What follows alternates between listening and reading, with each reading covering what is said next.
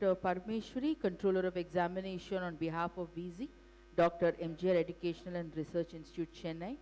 Ma'am, are you here, ma'am?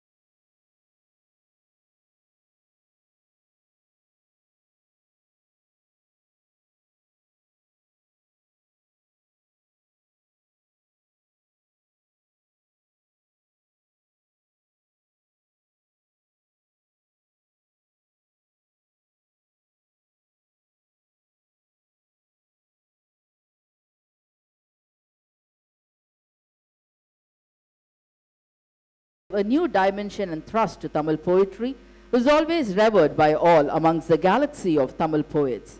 And his poem, Parukulle Nalla Nadu Nam Bharata Nadu, enumerates the merits of our Rashtra, Bharat, with a very rich and beautiful choice of words that rhyme even more sweetly. Let us experience it right now.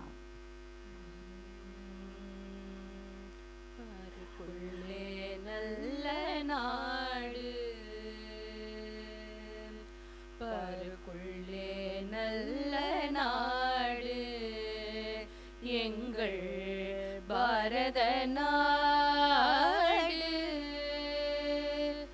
எங்கள் பாரத நாடு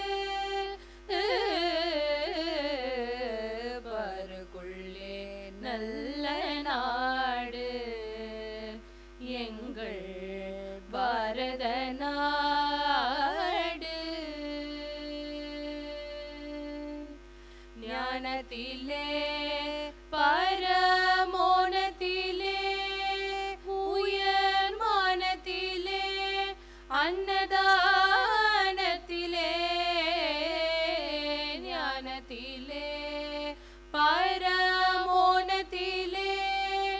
உயர்மானத்திலே அன்னதானத்திலே கானத்திலே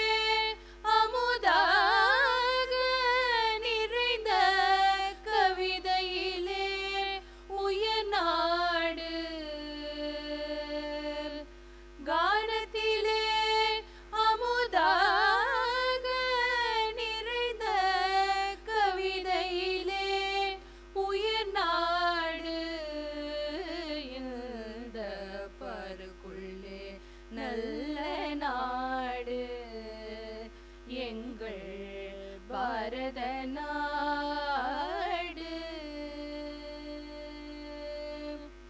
தீரத்திலே படை வீரத்திலே நெஞ்சில் ஈரத்திலே உபகாரத்திலே சாரத்திலே மிக சாத்திரம் கண்டு தருவதிலே உயர்நாடு தீரத்திலே படை வீரத்திலே நெஞ்சில் ஈரத்திலே உபகாரத்திலே தீரத்திலே படை வீரத்திலே நெஞ்சில் ஈரத்திலே உபகாரத்திலே சாரத்திலே மிகு சாத்திரம் கண்டு தருவதிலே உயர்நாடு சாரத்திலே மிகு சாத்திரம் கண்டு தருவதிலே உயர்நாடு தருவதிலே உயர்நாடு உயர்நாடு இந்த பாருக்குள்ளே நல்ல நாடு எங்கள் பாரத நாடு எங்கள் பாரத நாடு பாருக்குள்ளே நல்ல நாடு எங்கள் பாரத நாடு எங்கள் பாரத நாடு பாரத நாடு பாரத நாடு.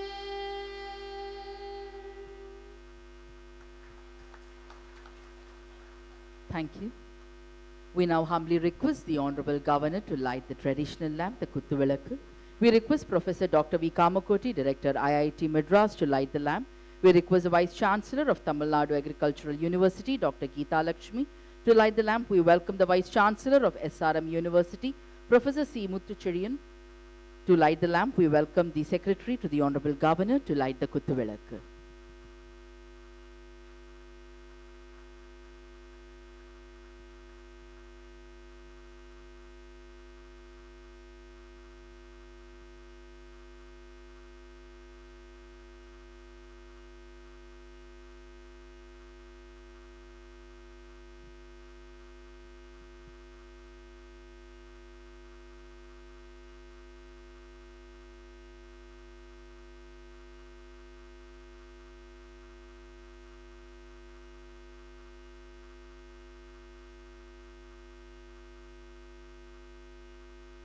Thank you, sir. Thank you, ma'am. Ladies and gentlemen, we now request the Secretary to the Honorable Governor to deliver the welcome address. Good morning, everyone. The NIRF rankings are a significant indicator of an institution's commitment to providing high standards of education, infrastructure, research, and overall development. Our Honorable Governor has taken the initiative to felicitate the institutions who have found place in the top 20 of NIRF rankings 2024 and to recognize the hard work and dedication of those institutions who have achieved this feat. Our Honorable Governor also wanted the top performers to share their experiences, the challenges faced, and the strategies adopted. It is my privilege to welcome our Honorable Governor for today's event. We are honored to have Professor Dr. V. Kamakoti, Director IIT Madras, amidst us as distinguished guest. I welcome you, sir. We are happy to welcome the Vice Chancellors of state and private universities to be part of this conclave. I extend hearty welcome to the heads of educational institutions from across the state who are going to make presentations. A warm welcome to all our dignitaries, special invitees, heads of department, faculty, and representatives from educational institutions for taking part in today's discussion. We extend a warm welcome to our press and media friends for this program. I also welcome the officials and staff of Raj Bhavan to this event. Nandri Vanakkam. Thank you, sir. Ladies and gentlemen, we now humbly request the Honorable Governor to felicitate the top-ranking higher educational institutions in Tamil Nadu in various categories of NIRF India Rankings 2024. The Honorable Governor will now felicitate the Indian Institute of Technology, Madras, Chennai, for getting the overall #1 rank in overall category and engineering category, and second rank in engineering and innovation category, and the 16th rank in management category. The Honorable Governor will now felicitate Dr. V. Kamakoti, Director, Indian Institute of Technology, Madras, Chennai. Thank you, sir. The Honorable Governor will now felicitate Anna University, Chennai, for getting the first rank in the State Public University category, the 10th rank in innovation category, the 13th rank in the university category, the 14th rank in the engineering category, the 17th rank in the research category, and the 20th rank in the overall category. Dr. J. Prakash, Registrar, along with the former Vice Chancellor, Professor Vel Raj, will be felicitated by the Honorable Governor. The next felicitation will be done to Saveetha Institute of Medical and Technical Sciences, Chennai. They have got the first rank in the dental category, in the 11th rank in the universities category, the 12th rank in the medical category, the 13th rank in the law category, and the 20th rank in the research category. Professor Dr. S. Suresh Kumar, Vice Chancellor, will be felicitated. The fourth is the Amrita Vishwa Vidyapeetham, Coimbatore. They have received the 7th rank in the universities category, 8th rank in the medical category, 13th rank in the pharmacy category, 14th rank in the dental category, 18th rank in the overall category. Dr. Shankaran, Registrar on behalf of VC Amrita Vishwa Vidyapeetham, Coimbatore, will now be felicitated by the Honorable Governor. The next to be felicitated is the SRM Institute of Science and Technology, Chennai, for receiving the 7th rank in the dental category, 11th in the architecture and planning category, 11th in the pharmacy category, 12th in the universities category, 13th in the engineering category. Dr. C. Muttamil Chelvan, Vice Chancellor, will be felicitated by the Honorable Governor. The next to be felicitated is the National Institute of Technology, Tiruchirappalli, for receiving the 8th rank in architecture and planning, the 9th rank in engineering. Dr. G. Akhila, Director, National Institute of Technology, Tiruchirappalli, will be felicitated by the Honorable Governor. The next institute to be felicitated is the Vellore Institute of Technology, Vellore, for receiving the 10th rank in the universities category, 11th rank in the engineering category, 13th rank in the research category, 19th rank in the overall category. Dr. Kanchana Bhaskar, Vice Chancellor, will be felicitated now. The next to be felicitated is Sri Ramachandra Institute of Higher Education and Research Center, for receiving the 10th rank in the dental category, the 20th rank in the medical category. Professor Rupa Nagarajan, Registrar on behalf of the Vice Chancellor, will receive the felicitation.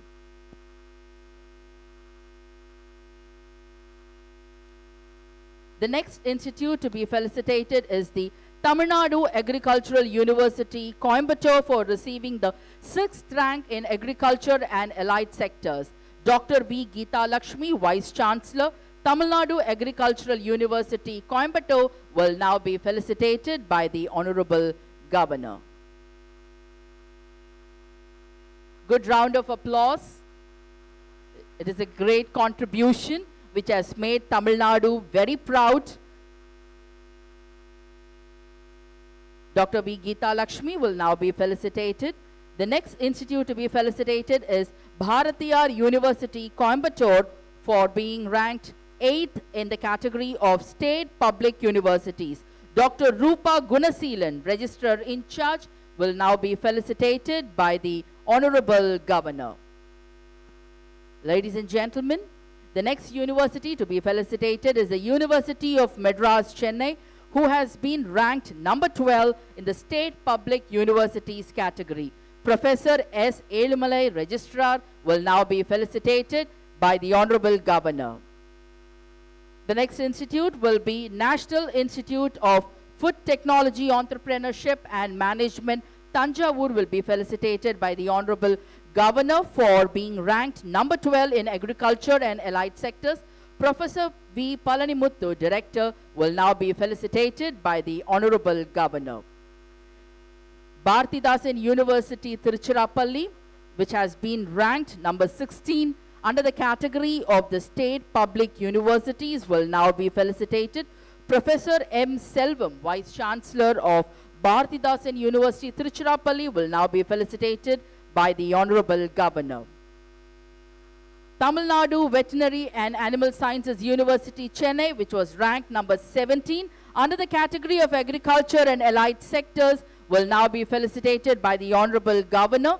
Dr. K. N. Selvakumar, Vice Chancellor, will be felicitated by the Honorable Governor. Ladies and gentlemen, we request you to not stop your ovation. It is a great contribution done by all of you towards the field of education and making the state proud. The next university to be felicitated is the Alagappa University, Karaikudi, for being ranked number 17 under the category of State Public Universities. Dr. G. Ravi, Vice Chancellor, Anna University, Karaikudi, will now be felicitated amidst your good round of applause. The next university to be felicitated is Meenakshi Academy of Higher Education and Research, Chennai, who have been ranked number 13 under the category of Dental. Professor Dr. C. Sridhar, Vice Chancellor, will be felicitated by the Honorable Governor amidst a thunderous applause from his peers from the other universities. The next university to be felicitated is the Christian Medical College, Vellore, which has been ranked number 3 under the medical category.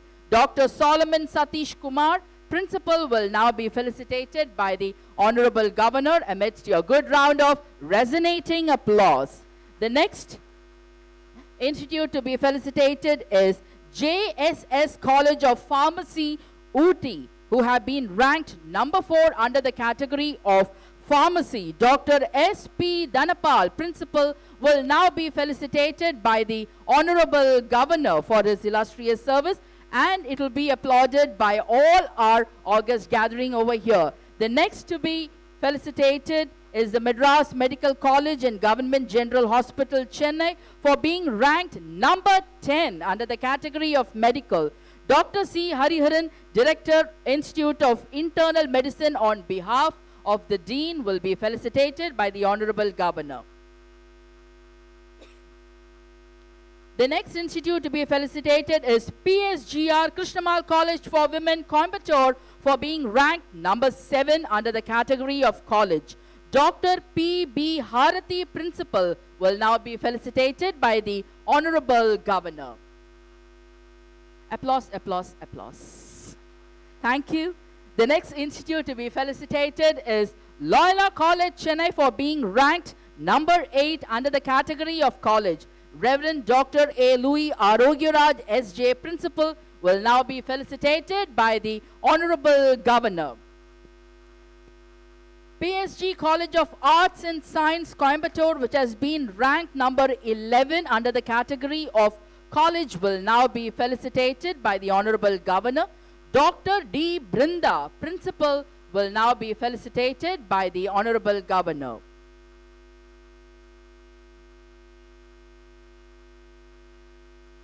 Shanmuga Arts, Science, Technology and Research Academy, Sastra, Tanjavur, will now be felicitated for being ranked 14 under the category of Law.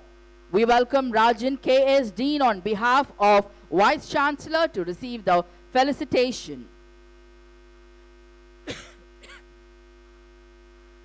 Next, we call upon the Madras Christian College, Chennai, who have been ranked 14 under the category of college. Dr. Paul Wilson, Principal, will now be felicitated by the Honorable Governor amidst the plethora of applause from their colleagues who are seated here. The next to be felicitated is the Tyagarajar College, Madurai, who have been ranked number 15 under the category of college. Dr. D. Pandyaraja, Principal, will now be felicitated by the Honorable Governor.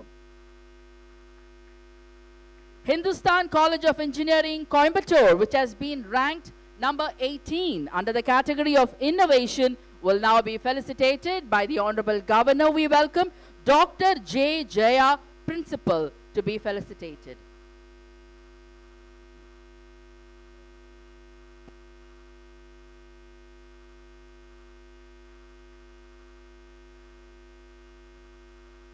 Mornings are always filled with great vibes, and added vibes will echo with your applause and ovation.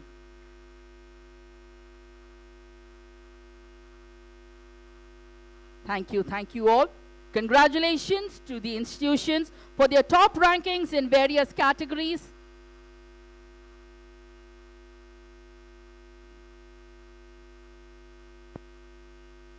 Thank you, sir. Thank you, ma'am. Ladies and gentlemen, we would like to extend our invitation to the NIRF ranking institution to commence their presentations. We kindly ask you to adhere to the allocated time limit for your presentation. Thank you, sir. We now welcome the Indian Institute of Technology, Madras, Chennai for their presentation. Hearty welcome to Professor Kamakoti, sir.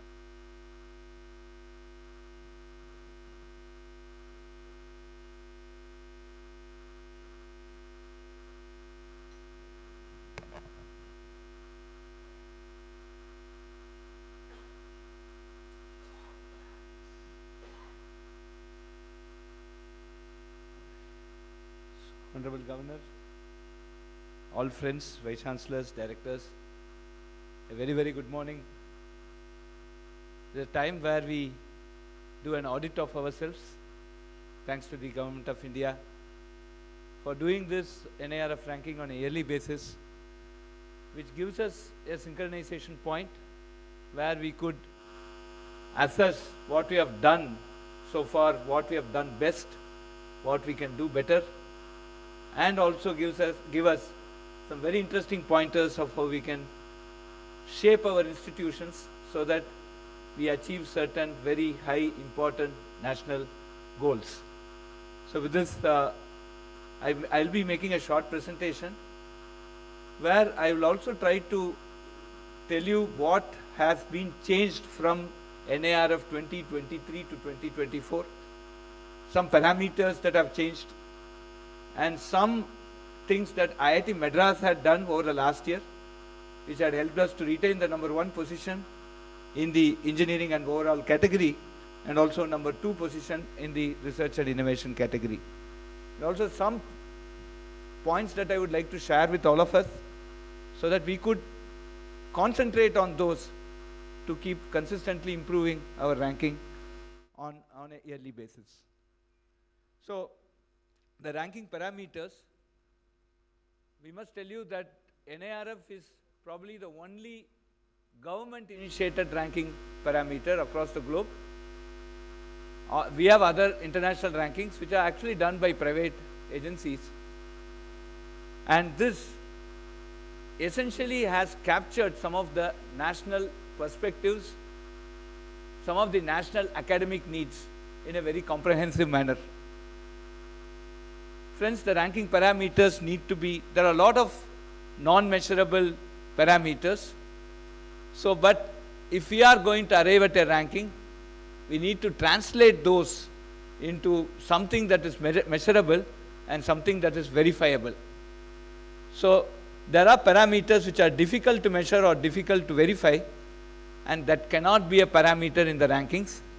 And what we had done over the period of time, if you look at NIRF, many of what we thought could not be verified or which could not be quantified, we have slowly brought in a process by which we could bring them into a verifiability and a quantifiability criteria. So that is what we are doing as we progress in this NIRF ranking over the last 9 to 10 years. Now these are the parameters. One thing is the teaching and learning resources, which constitutes around 30%, 30% for research and professional practice, 10% for perception, unlike the international ranking which goes up to 40 to 45% for perception, 10% for outreach and inclusivity, and 20% for graduation outcomes.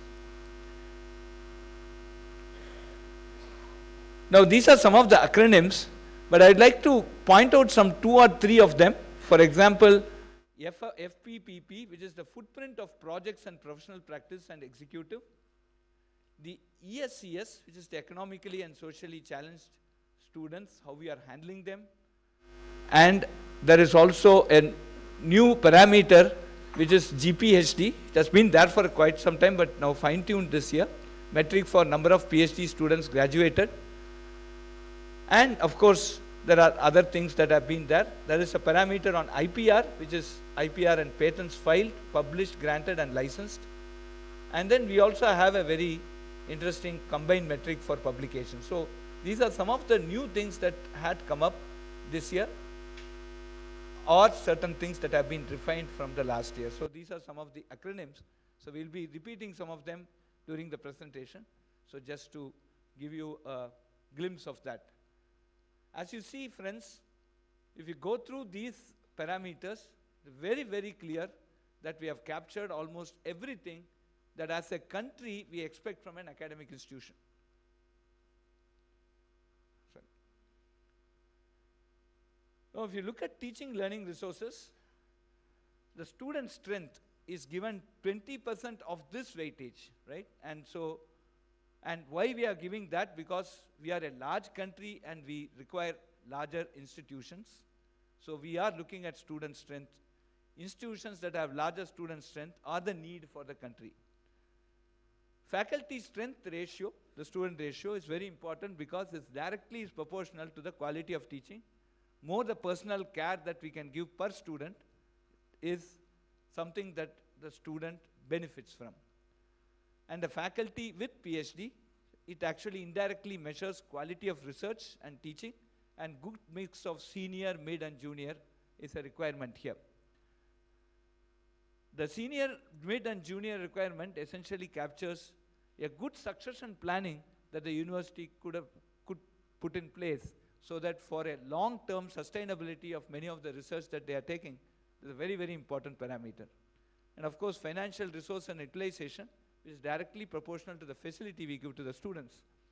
And then online education. Friends, today 40% of the courses can be taken online, and that essentially means that there are many institutions with many expertises. Every institution cannot be expert in everything. So we are now saying that 40% of the credits can be taken online. Essentially means that the students can take the best of all the institutions available in the country. And that is what we have enabled through Swayam Plus. And this parameter pushes for a forward-looking institutions. Basically, NEP has recommended online and other alternative mode of education. And this is given a 15% weightage in this TLR. So what I'm trying to tell you is what is the rationale behind coming out with these percentages and the reason for why these are figuring in these parameters. And when you come to the research and professional practice, publications are given 30, so measures quantity of research, and normalization is papers per faculty. So this essentially even enables institutions that are relatively new, which have lesser number of faculty, also to compete nicely because of the normalization, because we are not calculating the total number of papers, but we are taking papers per faculty. And the citations, we are given 30%, are a measure of quality, and the normalization in terms of citations per paper allows smaller institutions to compete. Patents, granted plus published. Even published patents are given weightage here. And it also accounts for the relevancy of research. Friends, in the NIRF, the stress is more on transformational or translational research. Essentially research that gets translated into a product that is relevant to the society. So just publication is not going to take us so far. It must be translated into something that is for social good. And that's why there is a 15% weightage for patents, with a great expectation that these patents will become relevant. SDGs, Sustainable Development Goals, are becoming extremely important. UN has 17 Sustainable Development Goals, and all the international rankings have a sustainability parameter itself. I'm sure within the next couple of years, probably even next year, there will be a sustainability vertical, and I'm sure that has large scope for many institutions to participate. And India as a country, we have given certain assurances to the UN in meeting these sustainable development goal, and it's very, very important that all institutions in their education, in their research, in their practice, in their skill development, must concentrate on SDG. And so there is a 10% weightage given for research and professional practice in SDG. And of course, research projects measures quantity of research. Again, this normalization comes from papers per faculty. So these are all some of the important parameters and the rationale why we have these weightages to a large extent. Now, graduation outcome is very, very important. So there is a median salary, and 25 marks is measured for ranking engineering institutes. And one is percentage graduated in stipulated time. This parameter measures the administrative efficiency of an institute. And the number of PhD students graduated per year.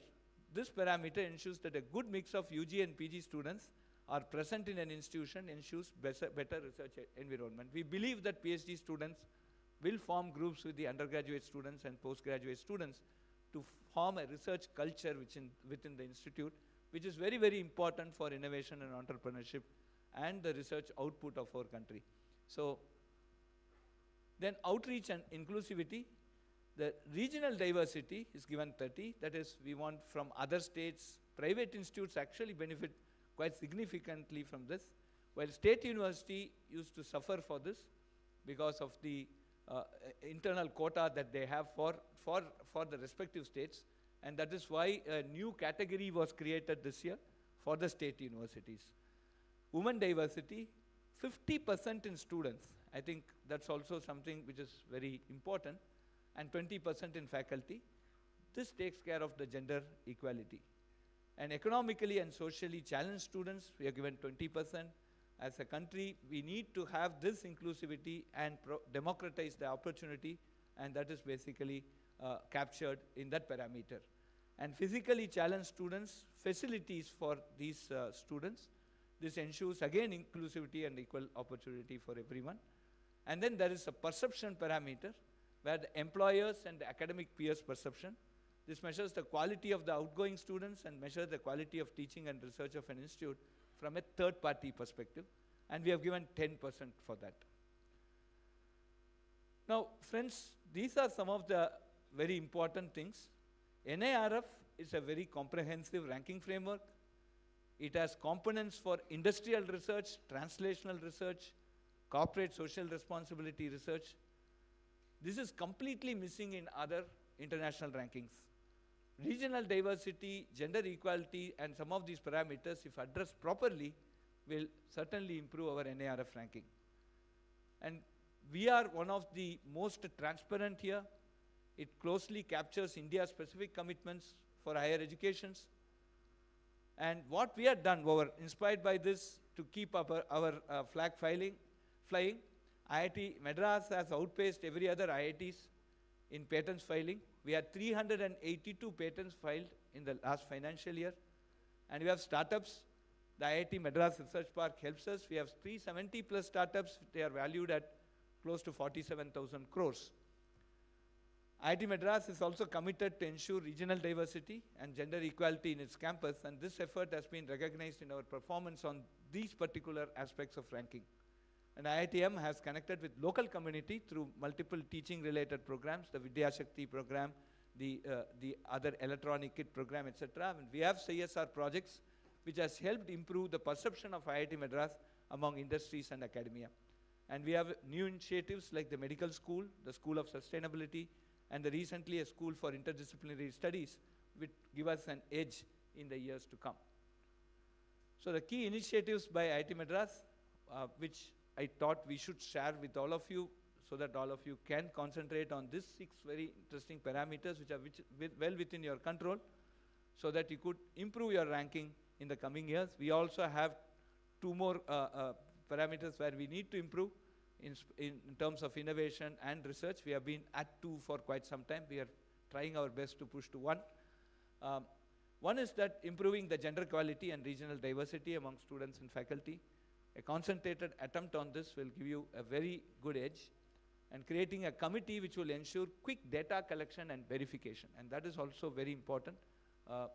So many times we miss several data which could have been projected, and when you run a multifaceted institution with many departments, etc., this is on a daily basis So we have now made a collection mechanism, an accumulation mechanism. We believe that every day there is going to be an NIRF ranking. So every day morning we can go and submit the data. So we have automated this, and that really is helping, and I'm sure any help in this direction, we can also basically share some of the process that we are following. And creating awareness among faculty for quality publication outcome. Friends, we must concentrate on Q1 and Q2 journals. Q3 journals are rarely cited. So Q1 and Q2, and basically talk about this through multiple social media and email communications. That is a research, and this has come out, and that is very, very important. And identifying new areas of growth and creation of new centers, it's very, very important to keep up the contemporary research up, like what we had done in terms of medical sciences, in the School of Sustainability, School of Interdisciplinary Studies. School of Sustainability is something that we strongly recommend, because that's going to give you a lot more projects, a lot more insights, a lot more CSR. I think that is something which we strongly recommend. And please focus on translational research, including push for patents and startup. And that is going to be the next generation. India must become a startup country, and that is something very important for each academic institution. And internationalization of IIT Madras has helped the institute in many ways. I'm sure many colleges do have very good international partners. Please concentrate on that. Please build international research networks, and I think that's going to be extremely crucial for this. So all this, friends, let us take this ranking as an audit, third-party audit. The rank is just an integer, but the message it conveys is extremely important. And we aspire to improve that rank with an intention and objective that we improve our respective institutions. And if we take that approach, I think this is a most healthy competition. I again thank the Raj Bhavan and the Honorable Governor for giving this opportunity to share. All of us can take all the best from each one of us and make Tamil Nadu proud. This year, I think we have around 45 institutions in the top 200 or 300, 100 or 200. I think that must double over a period of time. Thank you very much. Thank you, sir. We now welcome the presentation from Anna University, Chennai. And you have been given 7 minutes duration, sir. Thank you.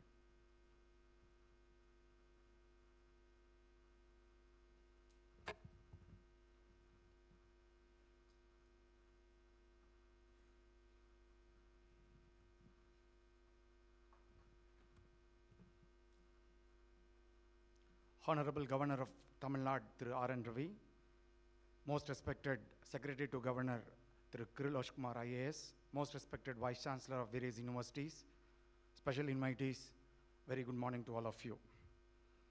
At the outset, I would like to thank the Honorable Governor for having organized this conclave for excellence in higher education in Tamil Nadu. And I'm pleased to present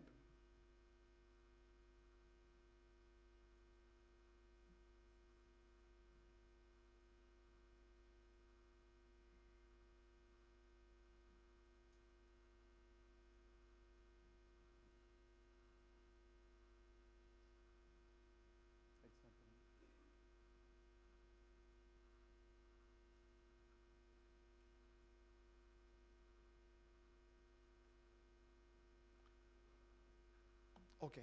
I'm pleased to present Anna University's position vis-a-vis other educational institutions in the various NIRF ranking categories established by Ministry of Human Resource and Development. Next slide. Only state university which is ranked, which has figured in the top, in the top 10. In the university category, we have significantly improved our position over the last 3 years, from 20 in 2022 to 13th in the NIRF 2024 edition.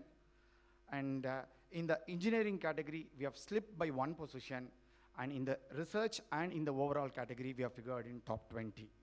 At this juncture, I would like to thank the government, both the state government and central government, and all the authorities for having provided unwavering support in enhancing the academic research and innovation ecosystem at Anna University. Also, I would like to thank all the stakeholders, the research collaborators, faculty members, staff members who had helped in figuring in top 20 in all the categories. In the state public university innovation category, university category, engineering research, and overall category.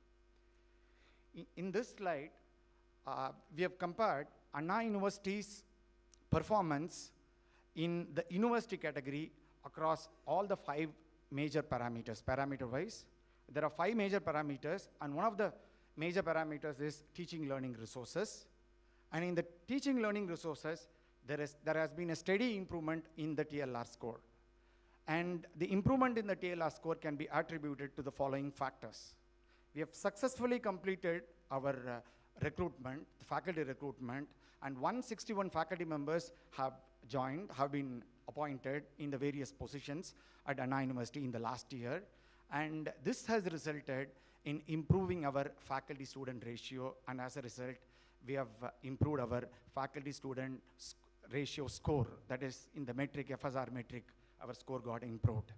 And all the faculty members appointed recently are PhD holders, and as a result, it has contributed in improving our score in the faculty qualification metric. So this is the second factor which has helped. And the third factor is improvement in the student enrollment. All the first year lab seats have been filled through lateral entry, which has boosted our student enrollment, student enrollment, and this has resulted in improving our score in the student strength metric. So 3 factors have contributed. The first one is the faculty recruitment, and appointing all faculty members with PhD and improving the student enrollment has contributed significantly in improving our score in the TLR, which has weightage of 30%. And the second most important parameter is RPC, that is research and professional practice. And you can see here, we have significantly improved our score in the RPC category in the last edition itself, and we have maintained more or less in this year. And the improvement in the RPC score can be attributed to the following factors. We have excellent research and innovation ecosystem. There are 40 research centers functioning at Anna University, and in a big way, we promote interdisciplinary and transdisciplinary research. 16 new research centers have been established in the last 3 years.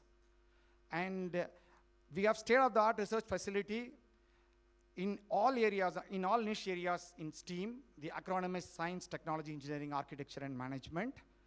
And we have aligned our research with respect to sustainable development goals. And as a result, our citations got improved, and the quality of research publication also improved. And also, we have taken a lot of measure in consolidating all the details pertaining to patent through INPAS software. And all these factors have contributed in improving our RPC score, which has, again, a weightage of 30%. So we have improved significantly in the last 3 years in both the parameters, that is, in the teaching learning resources as well as in the RPC, which has a weightage of 60%. And the last parameter, which is the perception and accreditation score. As you all might be aware that Anna University has been awarded A++ grade by the National Accreditation Council. On a 4-point scale, we have secured 3.54, and this has resulted in improving our perception plus accreditation score. And in the accreditation component, we have secured full marks, that is 30, and as a result, our accreditation plus the perception score are improved. So these are the 3 major parameters which helped Anna University in improving our position in the university category over the last 3 years.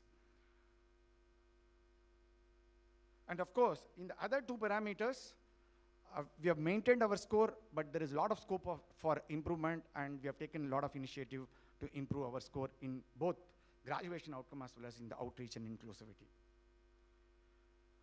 And in this slide, I've compared the scores of top 6 ranked public university. Of course, Anna University being ranked 1. The second ranked university is Jadavpur. The third one is Savitribai Phule Pune University, and fourth one is Calcutta. Fifth one is Punjab, and sixth one is Osmania University. So I've compared the score parameter-wise of the top 6 ranked university. And the reason why we have remained number 1 is because we have outperformed all the next 5 ranked universities in the RPC category. We have secured highest score, 89.07, and the next ranked university is Jadavpur, which has secured 76.39. Since we have outperformed all the next 5 ranked university in the RPC category as well as in the perception category, we have remained number 1. And our score is comparable to other 5 ranked university in the TLR. Of course, there is There is a scope for improvement in the other two parameters, that is graduation outcome as well as in the outreach and inclusivity.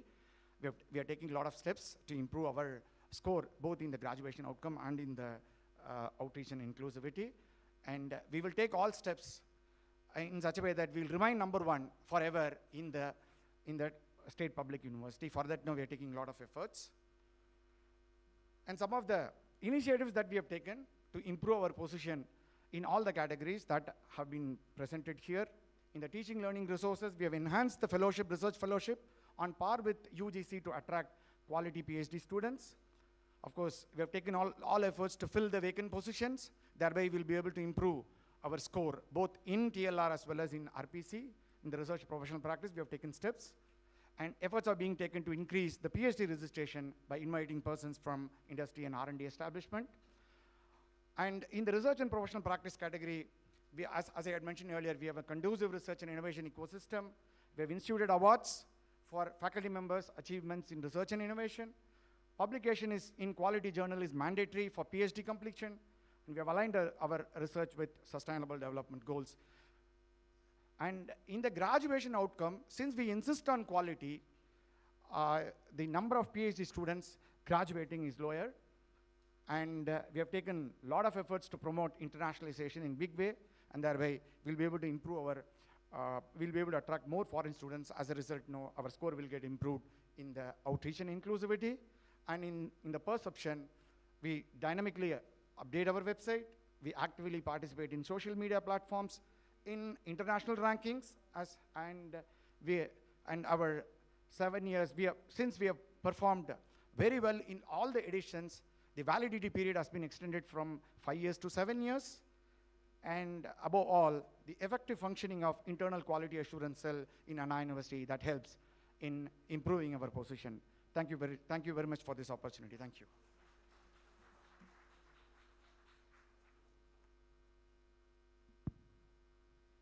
Thank you, sir. We now welcome Saveetha Institute of Medical and Technical Sciences, Chennai, for their presentation.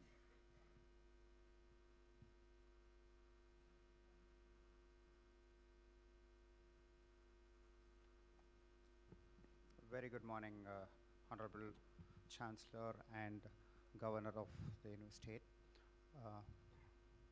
dignitaries from various colleges and the universities, and head of the institutions and principals of various colleges. So I'm here to present about the Saveetha Dental College performance in the NIRF ranking in 2024.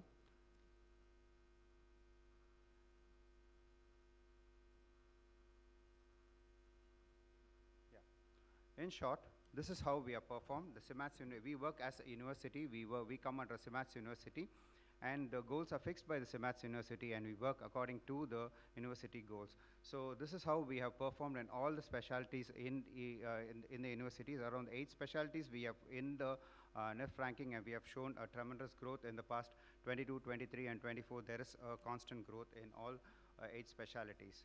So this is how, in a nutshell, I can tell that dental has already secured the #1 position and for the past 3 years, and the university has upgrowth, and the law has tried to maintain it's stepped down by one mark, and the overall to the STG goals. So when we worked according to the STG goals, we were automatically getting placed in the international ranking as well.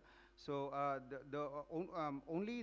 if you see the NIRF rankings, the criteria which we have to follow is mostly covered in the international ranking. So when we had to satisfy the NIRF ranking, we will automatically satisfy the international ranking as well. So this is where when we try to work on the SDG goals, we were placed in the Times New ranking with SDG 7 in the 3rd position in the world, and SDG 12 we were in 56th position, SDG 6 we were in 101 to 200 position, SDG 3 we were in world 201 to 300 position, and SDG 9 we were in 301 to 400, and SDG 4 we were in 401 to 600. So other rankings also we had achieved, which is like the dental college has achieved the SkyMago ranking, which is we were in the world 8th position. This is one of the this is not one of the dental colleges. This is the only dental college from India which has participated in the world, that is in the QS ranking and the SkyMago ranking.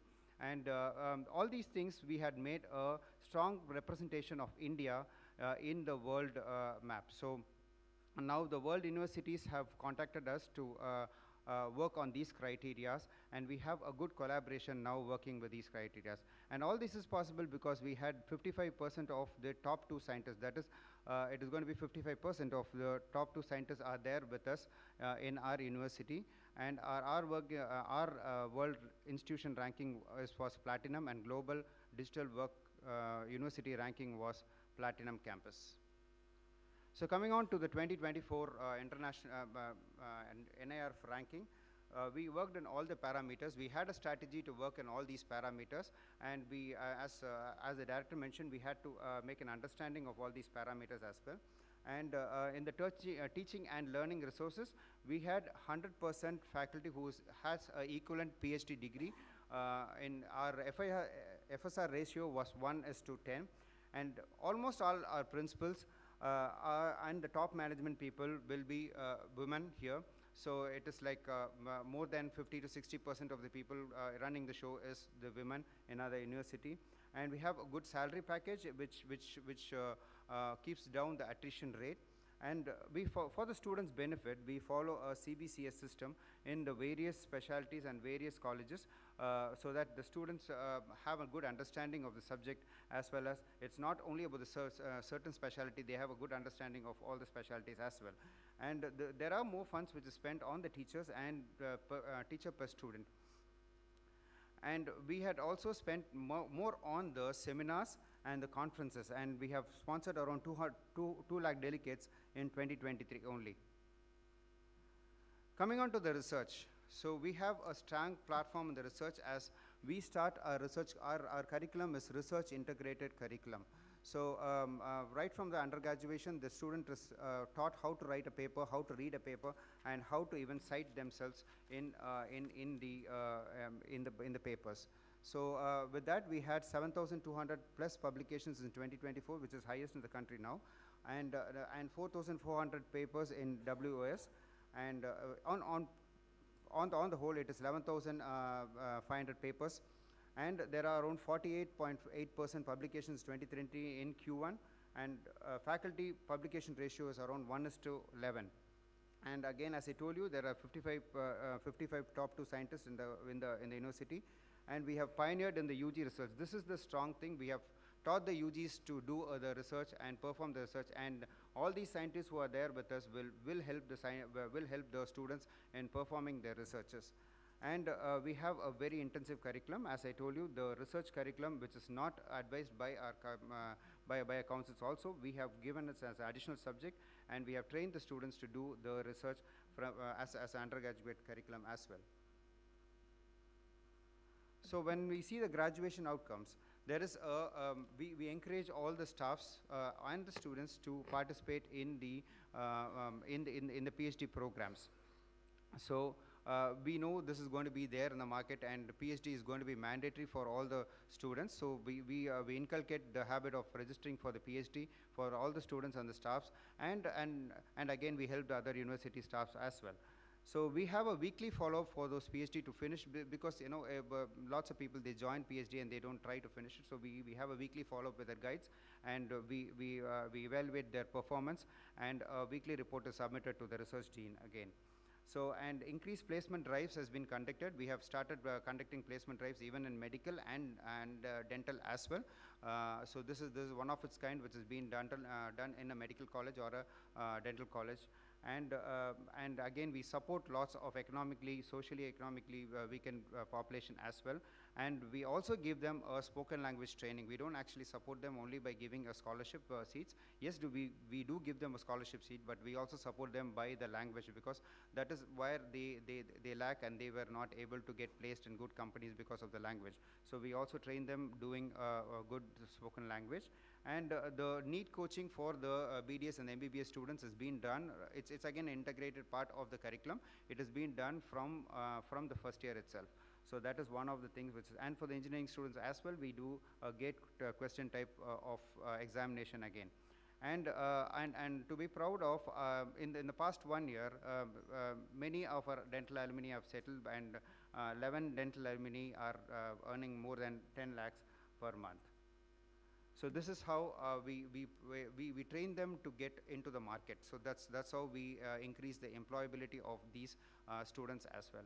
So our outreach and intensive activity is like 80%, as I told you, the top management will be women, and the special quota for the physically challenged people and social categories is being given. And we also take awareness programs, and also we do we have also adapted villages and the slums to improve their social well-being as well. And about 70% of the students who have taken admissions in the university are going to be 70% of the students are outstate universities, and 7% are international students who have joined our university. And again, others, lots of accolades we have, that is like 21 international faculties have come in 2022 to take lectures for our students across the university. And there is two world rankings which has been created by the college, and four world ranks has been created by the students. And in the NEET, as we all know, that it's our seats are being filled very fast. And alumni success and motivation is what we keep on doing. We conduct regular alumni programs and keep motivating, and we also help the alumni students. And around 35 crores of intramural research equipment investment has been done last year, and around 1,000 club activities is what we do, and our buildings are LEED certified, and 100% paperless hospital is one of its kind. And we in the medical college, whenever the patient gets admitted, we give them a 5,000 rupees of credit, so they can use it for their treatment, or they can use it for their investigations as well. And there is 2 million reactions in the social media. This social media perception is what we mainly concentrate for all the colleges. We ask them to post social media contents, and we actually make a follow-up of what is being posted and how is it being received.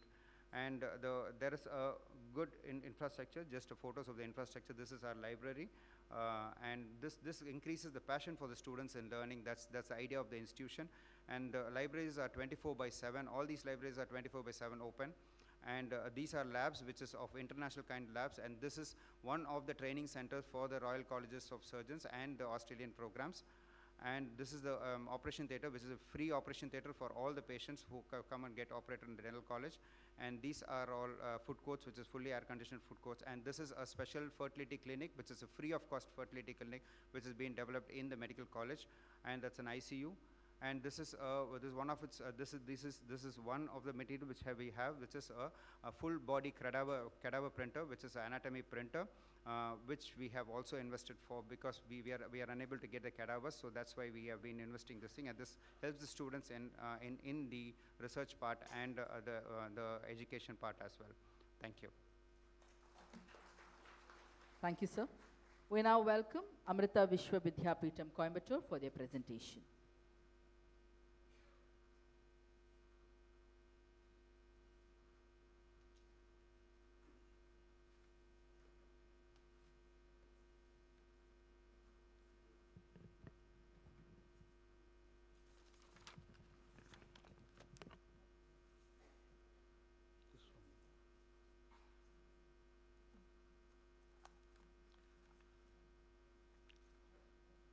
His Excellency, the Honorable Governor of Tamil Nadu, other dignitaries present in this meeting, my humble pranams to all of you. We from Amrita Vishwa Vidyapeetham are honored to be called into this meeting to discuss the progress made by universities in Tamil Nadu. Amrita Vishwa Vidyapeetham is established out of the vision of the world-famous spiritual leader Sri Mata Amritanandamayi Devi, popularly known as Amma. The institution is established with its commitment to the transformative power of value-based education, providing to harmonize both scientific knowledge and spiritual understanding, so as to utilize knowledge for societal benefit. Amma has coined the word for this value-based education, education for life.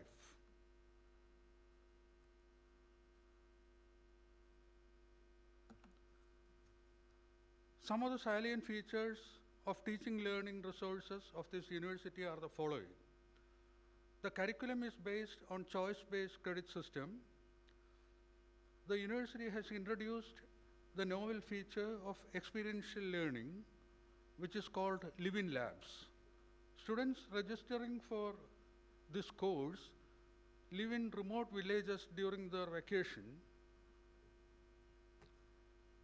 to understand the problems faced therein, whether it be a technical one or social one. During the next semester, they complete a project to evolve a report on solution to the problem. The university or sponsoring trust takes steps to implement these suggestions. The university is providing for internships of students both within the country or outside in business establishments and in universities. The university is meticulously following the recommendations of holistic education put forward in NEP 2020 by incorporating courses in cultural education, Amrita value programs, humanities electives, and Indian Constitution in all science, technology, engineering, and management programs. Following another recommendation of NEP 2020, we have started the program in BA Honors in Liberal Arts. We have started online programs. More than 7,000 students are enrolled in various programs such as BCA, BBA, MBA, and MCA. Fellowships are offered for foreign students for PhD in sustainable development.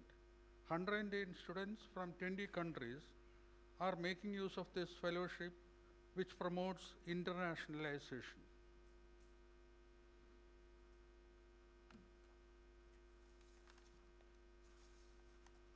Some of the significant features we have provided for the fast learners are the following. Fast track courses.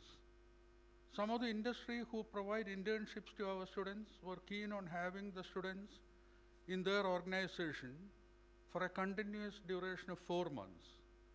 Therefore, the university started teaching the courses the students would have learned in the final semester on a fast track so that the students finished their final semester coursework in about a month's time and were ready for their internship work.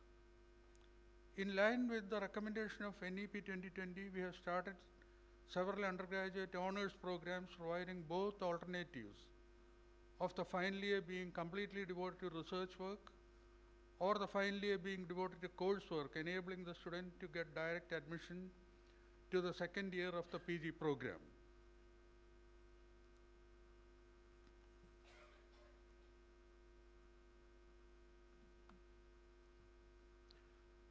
We are proud of the programs we have started to promote Indian language and culture.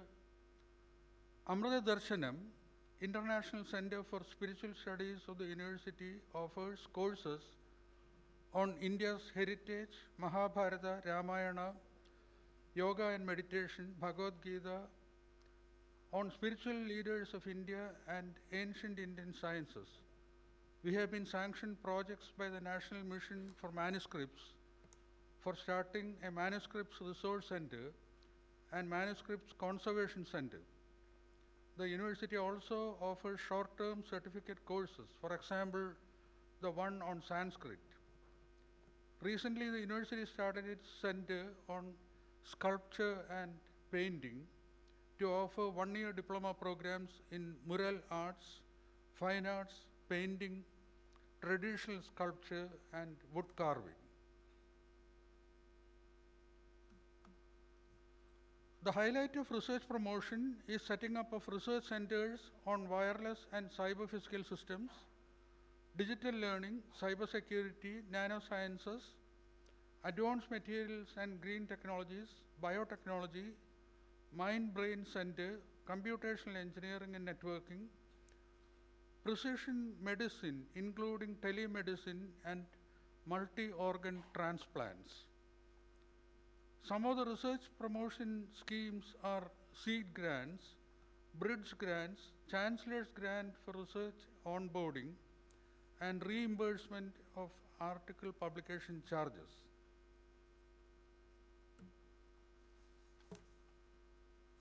Campuses of the university have been started in different parts of the country, the total number being 9 at present. The first creditable feature of graduate outcome is the breadth of disciplines in which graduates are produced. The disciplines include science, technology, management, art, humanities, commerce, social and behavior sciences, health sciences, including allopathy and Ayurveda. The latest innovative additions are artificial intelligence in agriculture and artificial intelligence combined with medical engineering.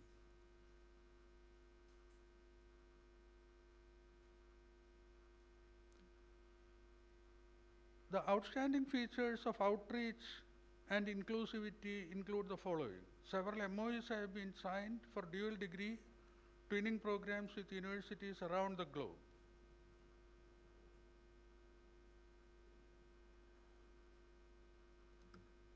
There are extensions programs on empowering women through education on water, sanitation, and sustainability.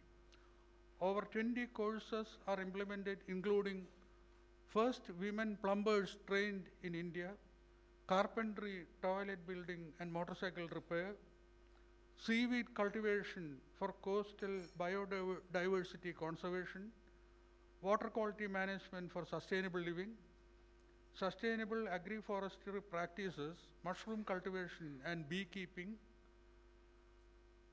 sustainable upcycling of waste production, tailoring, beauty therapist, general duty assistant.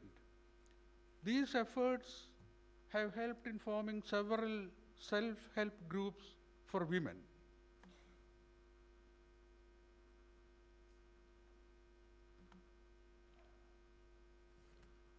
Amrita's governance system include Vice Chancellor, Provost for Research, Innovation, Planning and International Relations, and Deans of Schools.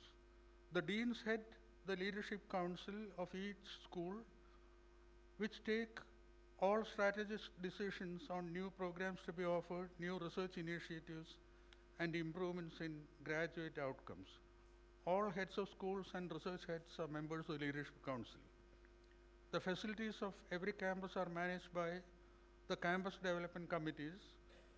They look after the infrastructure development and campus maintenance. Thank you so much.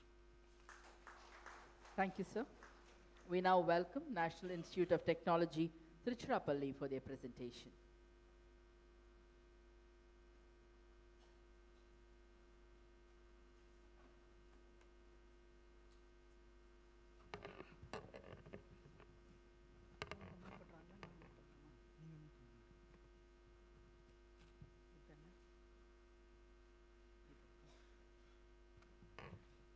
His Excellency Sri Raviji and all the other dignitaries on the dais and off the dais.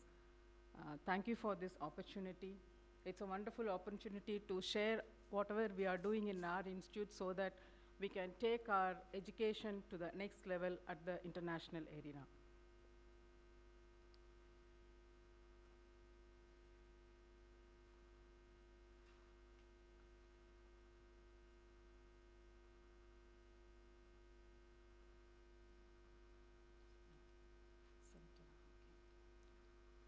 Me representing NIT Trichy as director, I would like to place on record to achieve this, all the faculty members, staff members, and the students to help us or to take us to up to this level. So about NIT Trichy, we started in 1964 as REC. Now we are in our Diamond Jubilee celebration, that is the 60th year. So we have around more than 7,500 students with 23% female representation.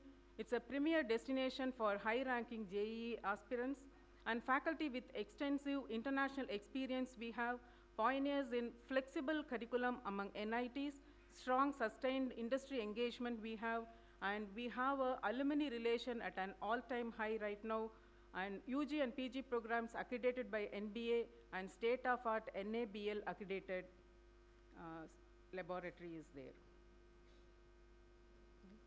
This is our ranking. So if you see that in engineering, we are in 9th position. All the rest of the institutes are only IITs. So I would like to have, or again, I would like to thank all my faculty, students, and all the staff members for achieving this. So we are in 31st place in overall, and 51st in management, 31st in research, 8th in architecture, and 9th in engineering. So with respect to TLR, what is the advantage or the plus point for us is it's a flexible curriculum. We have aligned with NEP 2020 and National Credit Framework 24-25 for a modern academic experience. We have reduced the credits to 160 with options for minor and honors top-ups, that is on the student's choice. Up to 18 credits via MOOCs, yes, we have introduced, earned significant credits through MOOCs. It's a plus point for our students to get the exposure to other type of teaching, learning, and other expertise also. So we have credit transfer from IITs. It's a seamless credit transfer opportunities with IITs. Already we have executed MOU with IIT Madras, and our students are pursuing their final year there, and they are continuing their PhD at IIT Madras and at IIT Delhi also. So the exit options we have incorporated in our, that's a new curriculum, NDP 2020, BSc Engineering at the 3rd year and MS Engineering at the 1st year PG. And we are encouraging exciting project opportunities across diverse fields within our students, and it gives more options for longer internships and semester exchange programs.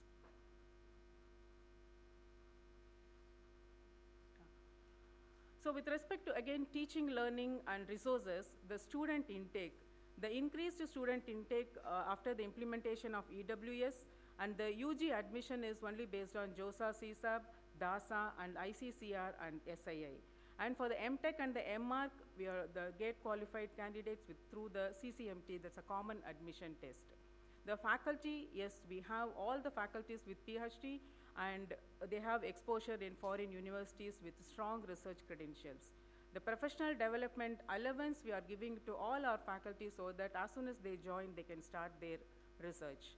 And the alumni support is enormous to us. For an example, the alumni are conducting business and entrepreneurship for engineers. This is a 3-credit course which is offered during either 5th semester, or that is a 5th semester and 7th semester students can join this. It's an elective course. It is purely operated by our alumni. And alumni-led IoT elective is also offered. And with curricular and extracurricular activities, we have boosted support for technical clubs, sports facilities, and all the hackathon participation. And everything is managed by our students with the faculty advisor. And we have, students are encouraged to thrive in both curricular and extracurricular activities of their choice. And the new initiatives at NIT Trichy is, we have started this BSc B.Ed Integrated Teacher Education Program in this 24-25, and we have integrated MTech and PhD programs, direct PhD admissions. We have started MA English, Language and Literature, MSc in Mathematics, and some of the MTech programs in geotechnical engineering, industrial automation, and data analytics.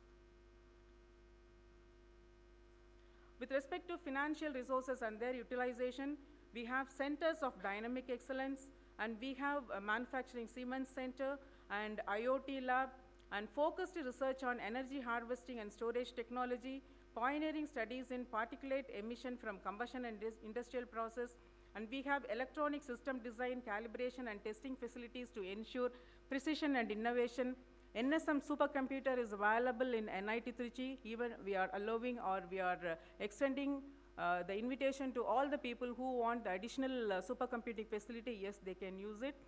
We have in our website, there is a link is available. Anybody is interested to use that NSM supercomputer, it is available to all the other institutions also. And Student Innovation Center we have supported by Tech3 to foster creativity and innovation among students.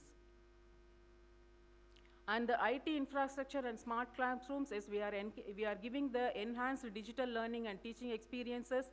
And another one is we are providing the seed grant for the newly joined faculty members so that they can kickstart their research initiative as soon as they join the institute. And tailored budgets based on student strength and distinct allocations for UG, PG, and research laboratory. Every year it is being monitored, and we are providing the support so that we are having the we are emphasizing on the continuous on modernizing labs for current academic needs. We have sophisticated instrumentation facility. It's equipped for high-end research endeavors, and we have around 352 equipments registered under SIF, where it is open to all the other people. They can come and use that. In the portal, it has been registered. All the equipments which are costing more than 20 lakhs. And the research and professional practice for the faculty members, it's a balanced workload. We have a conducive research atmosphere, and we are inviting, or we are encouraging them to go for global participation. And we have CPDA, that's a professional development allowance available for conference and research activities. Financial support for journal overland charges, yes, we are providing.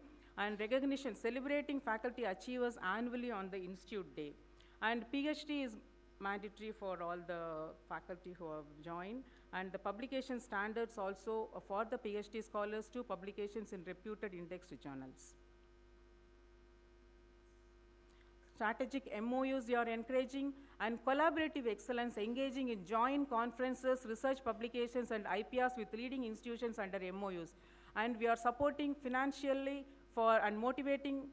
We are providing it for workshops focused on patent filing and innovative developments, and expansion of Spark projects and GYAN courses, financial support for organizing international conferences to boost research citations and enhance stakeholders' perception. We have around 150 active projects. So during the Institute Day, we are recognizing the excellence of all the faculty members and academic and research achievements through honoring departments for their paper publications, citations, patents, projects, and consultancy work. And based on this NIRF ranking parameters, yes, all the departments are encouraged to participate in the competitiveness, and we are awarding the best department every year also. And apart from that, budding researcher award is being given to them. Sports achievements, we are celebrating the students who excel in sports, promoting a balanced lifestyle. Even day before yesterday, we have conducted a marathon where 3,200 students registered in that, and around 2,400 students participated in the marathon, 9 kilometers for the boys category and 6 kilometers for the girls category.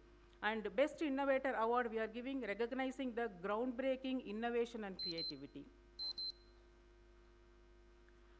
Graduation outcome, robust support through a dedicated counseling and guidance cell, and we have top recruiters with us.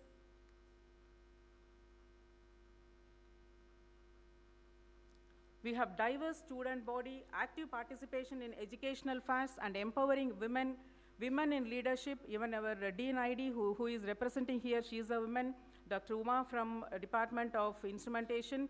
And here we are, with me, our Dean Academic, Dr. Ramesh is here, and our Dean Research, Dr. Shankar Narayanan is here, and our ranking coordinator, Dr. Gandhimati is here. With all their support, yes, we are applying all this, and we are doing this. And the perception, yes, I thank at this time for the alumni for being the brand implementation at the departmental goals, faculty accountability, and data-driven monitoring. And once again, thank you for the opportunity for sharing our thoughts. Thank you, sir. Thank you, ma'am.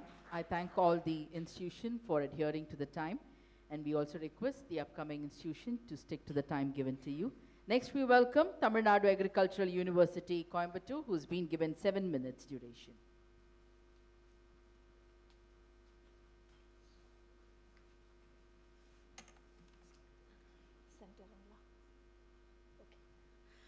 The most respected and honorable governor, the secretary sir, and IIT director, all the other vice chancellors, ladies and gentlemen, good morning to all of you.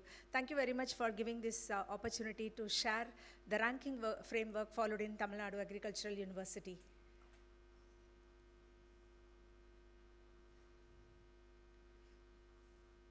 Okay. So, Tamil Nadu Agricultural University, we are taking up 15 ranking framework we are participating, and out of which the first 3 are the national NIRF ranking system. So we are going with the subject-wise agriculture and allied sector NIRF ranking, and also in the general university category and state public university. So under this, I'm very proud to say that agriculture and allied sector, we are in the 6th position among the national level. So we are 64 agriculture universities, and in total, around 96 institutions are participating under this category, and we are ranked number 6. And the international ranking, Times Higher Education ranking, which is UK based, and in 3 categories we are applying. One is World University ranking, Asia University ranking, and also University ranking, World University ranking by subject. So these are the categories which we are applying. And then in the QS ranking, again in the 3 categories, QS World ranking, Asia ranking, and South Asia ranking we are applying. And in South Korea based ranking, which is World University ranking for innovation and World University ranking in entrepreneurship in agriculture development. And then EDU ranking, this again, there are 2 categories in EDU ranking, which we are giving again UK based, EDU ranking for the world, for the, again for the agriculture sector, for Asia and India. We are also participating in the India Today ranking. So we are comfortably positioned in most of the ranking system, and so coming to the NIRF ranking in particular, in the case of teaching and learning, the weightage, as we all know, is given 0.3. And first one is the student strength. We got 18.33 out of 20. Where we lost, we wanted to analyze where we lost the mark. And you know, it is 3 years data taken into account. Mainly, it is because of the allocated strength and how many students are joining. So in this case, we are definitely sanctioning the 100% of the strength. But in between, what is happening is, after joining and after the colleges are opened, some of the students are moving to medical. In the second year, actually, they are moving to the medical. And then some of the students are moving to high-rated engineering colleges, and few students are again going to veterinary and animal sciences. That is where we have some gap, and that is the reason we lost a few marks in that. And the next one is faculty-student ratio. We are very comfortable, but we got 30 out of 30 for that, because against the prescribed strength of 1:20, we have 1:8. You know, like we are focusing more towards imparting education to the students. And the third one is combined matrix for faculty with a PhD. You know, here we lost a maximum mark. The very reason is our recruitment was not happening for the past 10 years. We are trying hard, and we are hopeful that we will be recruiting it. So below 8 years service category, we don't have even one single faculty. That's where we lost the mark. So it is very important that the recruitment has to happen time to time. Otherwise, it will be very, the new blood will not come into the research system, and we will not be able to do innovative kind of a path-breaking research and all. Next one is financial resources and their utilization, where we got 18.4 out of 30. Here again, you know, like the IARI, like national institutes, we just compared it, because IARI is ranked number 1 in this category of agriculture and allied sector, where they are giving something around 45,000 per student per year is the fund allocation. Whereas in TNAU, we could manage with all our struggle, we could manage to get only 31,000. You know, this kind of, this is mainly used for labs, sports facilities, and also student amenities. So this one thing is, we are not hiking the fees for the student to create such facilities, because it is a state agriculture university, and the fees collected is also very minimum. Another important thing is minimum support also we are getting for the infrastructure creation. And the strategies which we are thinking of following is increasing the admission strength and also increasing the pass percentage. So currently the pass percentage is around 92 to 93%. We wanted to make it above 95%, for which we are taking steps. And then we are introducing digital technology for better ranking and kind of things. And academic industry linkages, another important area where we are working. And the third one is education management system is implemented in our university, which is giving us scope for reviewing each and every activity from time to time. Then effective utilization of financial resources. This is again, we are trying to make it up. Coming to the research and professional practices, again the weightage given is 0.3. Here combined matrix for publication 14.85 out of 30. And you know, like the publication is a real important thing which we need to do it. Now we are insisting on our faculty at least one paper in high impact factor journal or NOS rated 6 above journal, one faculty, one paper, 1 year. That policy we have implemented, and because of that definitely our publication rates are increasing. This year we will be doing double compared to the last year. So that's how we are promoting it. And then we are also giving scientific writing workshops also are being conducted. And you know, like we are providing financial assistance for publishing, for the students for publishing in high rated journals. So these are some of the things which we are following for improving the quality of publication. Again, the citation, people were not aware of like how to cite the publications, you know, self-citations they were making. Now we are giving workshops how to cite important papers and how to cite the papers which was published earlier from our own university. Those things are being, awareness program has been conducted. And again, IPR and patents. I would like to say that the IPR and patents was very low. In 2021, we had only 2 patents, and you know, now we have increased. Last year, we had 49 patents. This year, we are expecting more than 80 patents. Already 10 has been, patents have been published, and we are expecting 70 more. You know, now we have developed a cell, IPR cell, and we have employed patent attorney general. So we are actually in the move of encouraging our students and also staff members to file more and more patents. And again, for this we are providing fellowship to all the students so that the financial burden is taken off. For the master's students, we are providing 10,000 rupees per month, and for the PhD students, we are providing 20,000 per month. Other than the students who were successful in getting the competitive fellowships from ICAR, IARI, CSIR, and so on. And not only that, incentives to the scientists are also provided in many ways to encourage them to get externally funded projects. Again, footprint of projects, you know, like this one, we are encouraging to get more externally funded projects. And last year, we got 68 crores as externally funded projects outcome, which is one of the biggest amount which we got it over the past 5 years. And another thing is consultancy projects. We were little weak on the consultancy project. Now we have found where all we can keep it, because ours is service-oriented institute because of the agriculture in nature. Now we are concentrating on something like consultancy projects as well. Graduate outcome, and you know, here this is very, very important. Combined matrix for the placement of higher education, where we lost a lot of marks. The reason is we are not able to get the data. You know, like after completion of the graduation, we have to follow them up at least for 4 to 5 years so that we can know where they are placed, how they are placed, and so on. Right now, we could see that at least 40 to 45% of the students are getting placed both in the government as well as in the private sector. Around 40% of the students are coming back for studying higher studies and all. Now we have got a pakka system to document, and I think from next year onwards, this lacuna will be taken off. And another important thing is matrix for university examination, where we could get at least 13.54 out of 15. The examination results are published on time. That is one thing which we are able to do it. Just one semester result declaration will be pending. We are seeing that the rest of the things are done on time. Doctoral student graduation also, we are insisting it on time. More than 85% of the PhD students are completing their PhD program in 3 years of time. Other than some special courses like biotechnology, engineering, and those people, they take just 1 semester extra. Otherwise, the finishing of the PhD program is on time.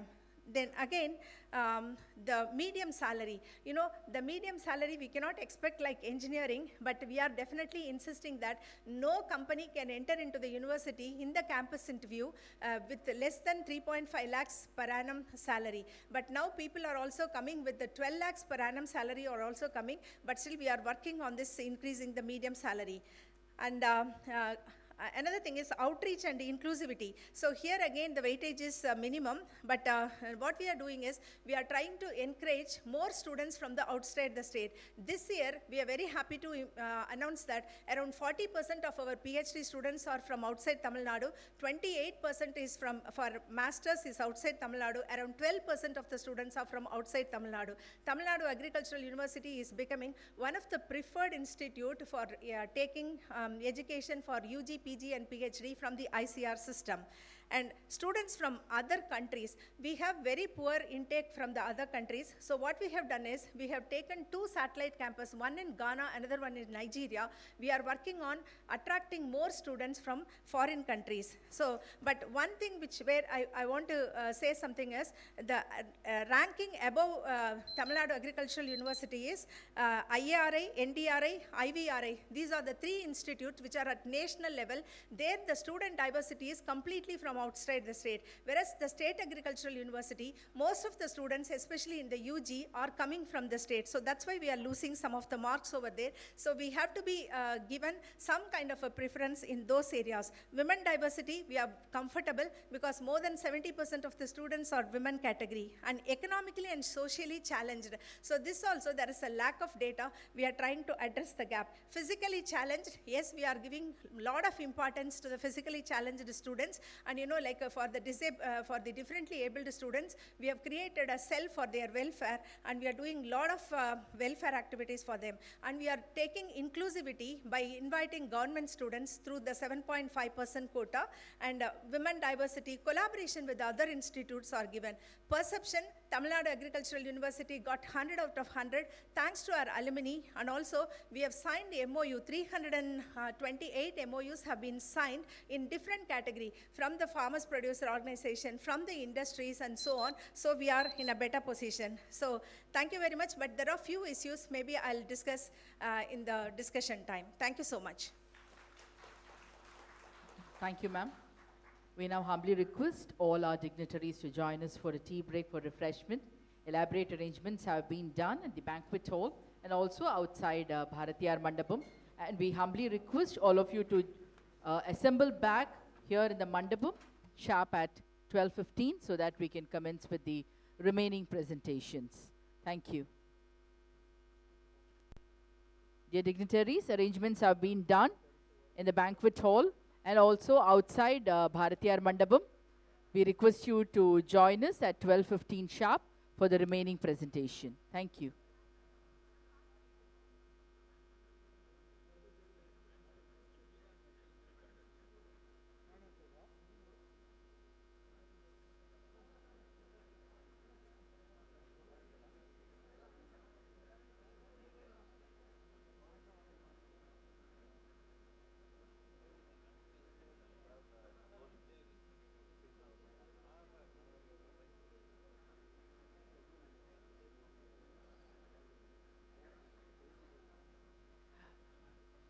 Dear dignitaries, we request you to join us for the refreshment, because you have to assemble back here again sharp at 12:15 for the further presentations followed by the interaction. So we request you to move to the banquet hall, and elaborate arrangements have been made outside Bharatiyar Mandapam.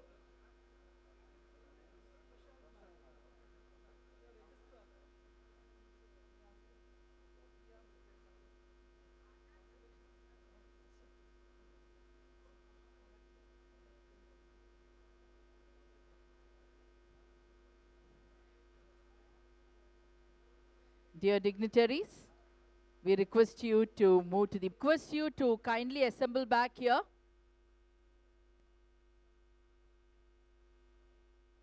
Dear dignitaries, Vice Chancellors, we humbly request all of you to kindly assemble back in the Bharatiyar Mandapam so that we can commence with the remaining presentations followed by the interaction.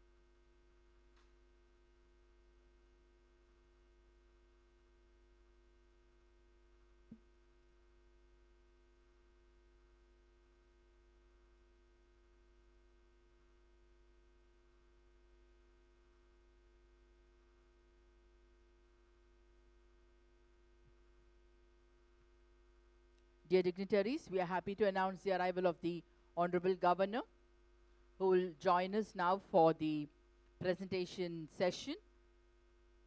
To start with, the presentation will continue with Vellore Institute of Technology, Vellore.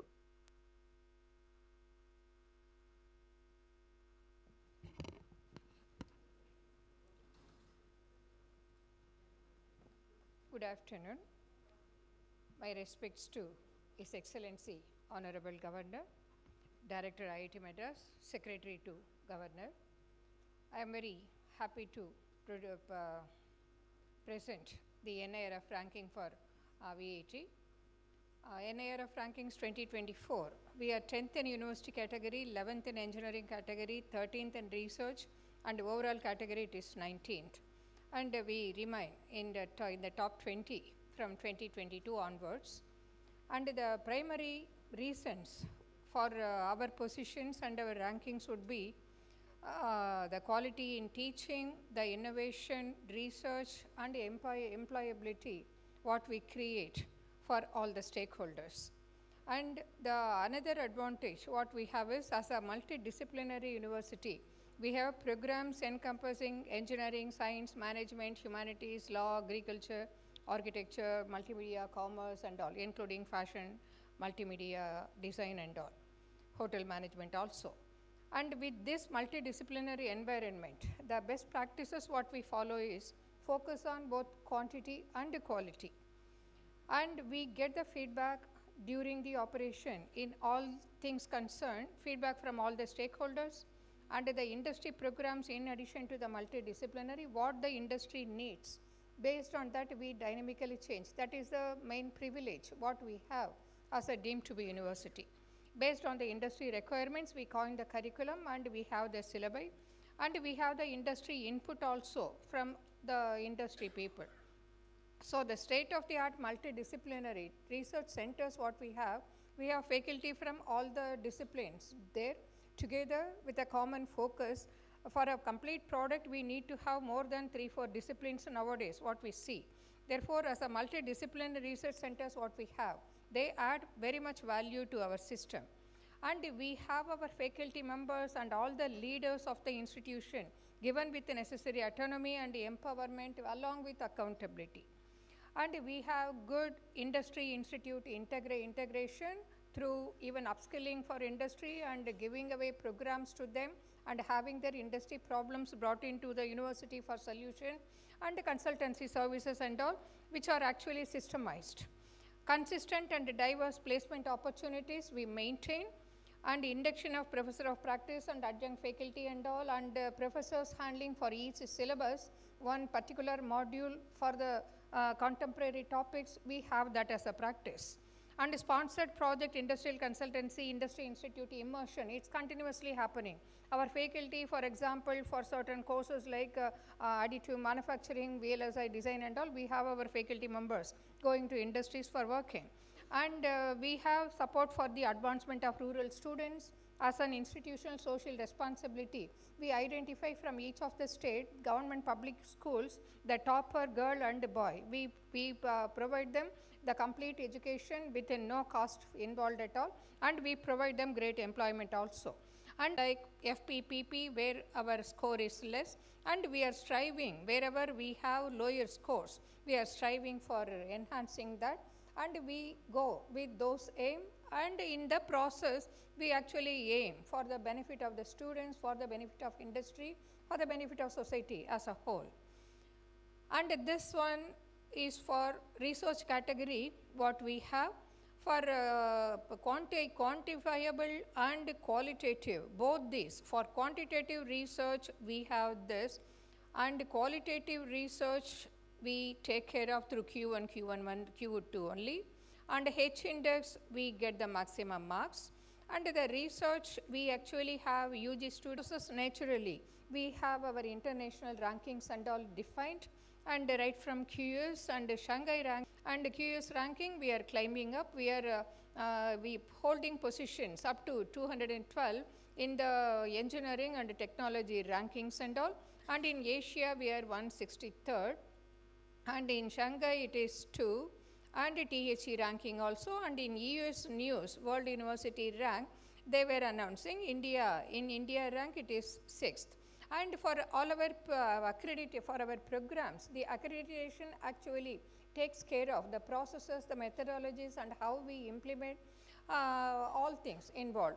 Therefore, for our programs, for the accreditation of the university, we, for the fourth cycle, we got 3.66 out of 4. And for agricultural programs, what we offer, we have the accredited programs. For law programs, we have. For management programs, BCom and MBA and all we have. And for chemistry also we have. And we have NABL accredited laboratories in both the campuses in Chennai and Vellore. And we cater to the industries from Bangalore and Ranipet, Chennai and all.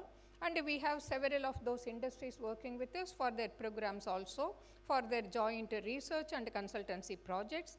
And we have to focus more, because given the number of programs what we have and the latest programs what we have, and the multidisciplinary programs like AI and robotics and all, getting good faculty for those areas, cyber physical system, cyber security and all, is becoming more difficult day by day. Therefore, we are actually concentrating on training our own faculty members in that by sending them to the industry immersion sufficiently enough, and we are trying to reach 1:15, of course. And all the faculty members, we are recruiting only PhD scholars, PhD completed faculty members, along with for the certain departments like tech, we are starting to think of hiring some also without PhD and making them work in those directions. Focus on quality and quantity in research output, that's our focus, that remains our focus always. And initiatives for enhancing IP generation, we have excellent student strength and dedicated faculty members and dedicated scholars. We are now trying for more IP generation with the impetus what is given in the management who leads us by working with us, we can really achieve methodologies also. And enhancing research consultancy and executive development training also for all the industry stakeholders, and developing more courses for online learning also, it remains our aim, and we have already started online courses and all. Strengthening documentation for student progression, that we are focusing on. As a deemed to be university, we are able to have our focus on the education, research, reaching out to the industries and solutions for the society concentrated on. And with all the good wishes from you, and with the great work what is done by our faculty members, great contributions by all our team members who have come with me, 4 of them, Pro VC from Chennai campus, and our team member Dr. S. Hemamalini, the leader from Chennai campus, and Dr. Murugan from Vellore, and the registrar Dr. Jay Bharati from Vellore, who have joined us. And at this point of time, I thank them all. Thank you for your time. Thank you, ma'am. We now welcome Shanmuga Arts, Science, Technology and Research Academy, SASTRA, Tanjavur, for their presentation. Thank you.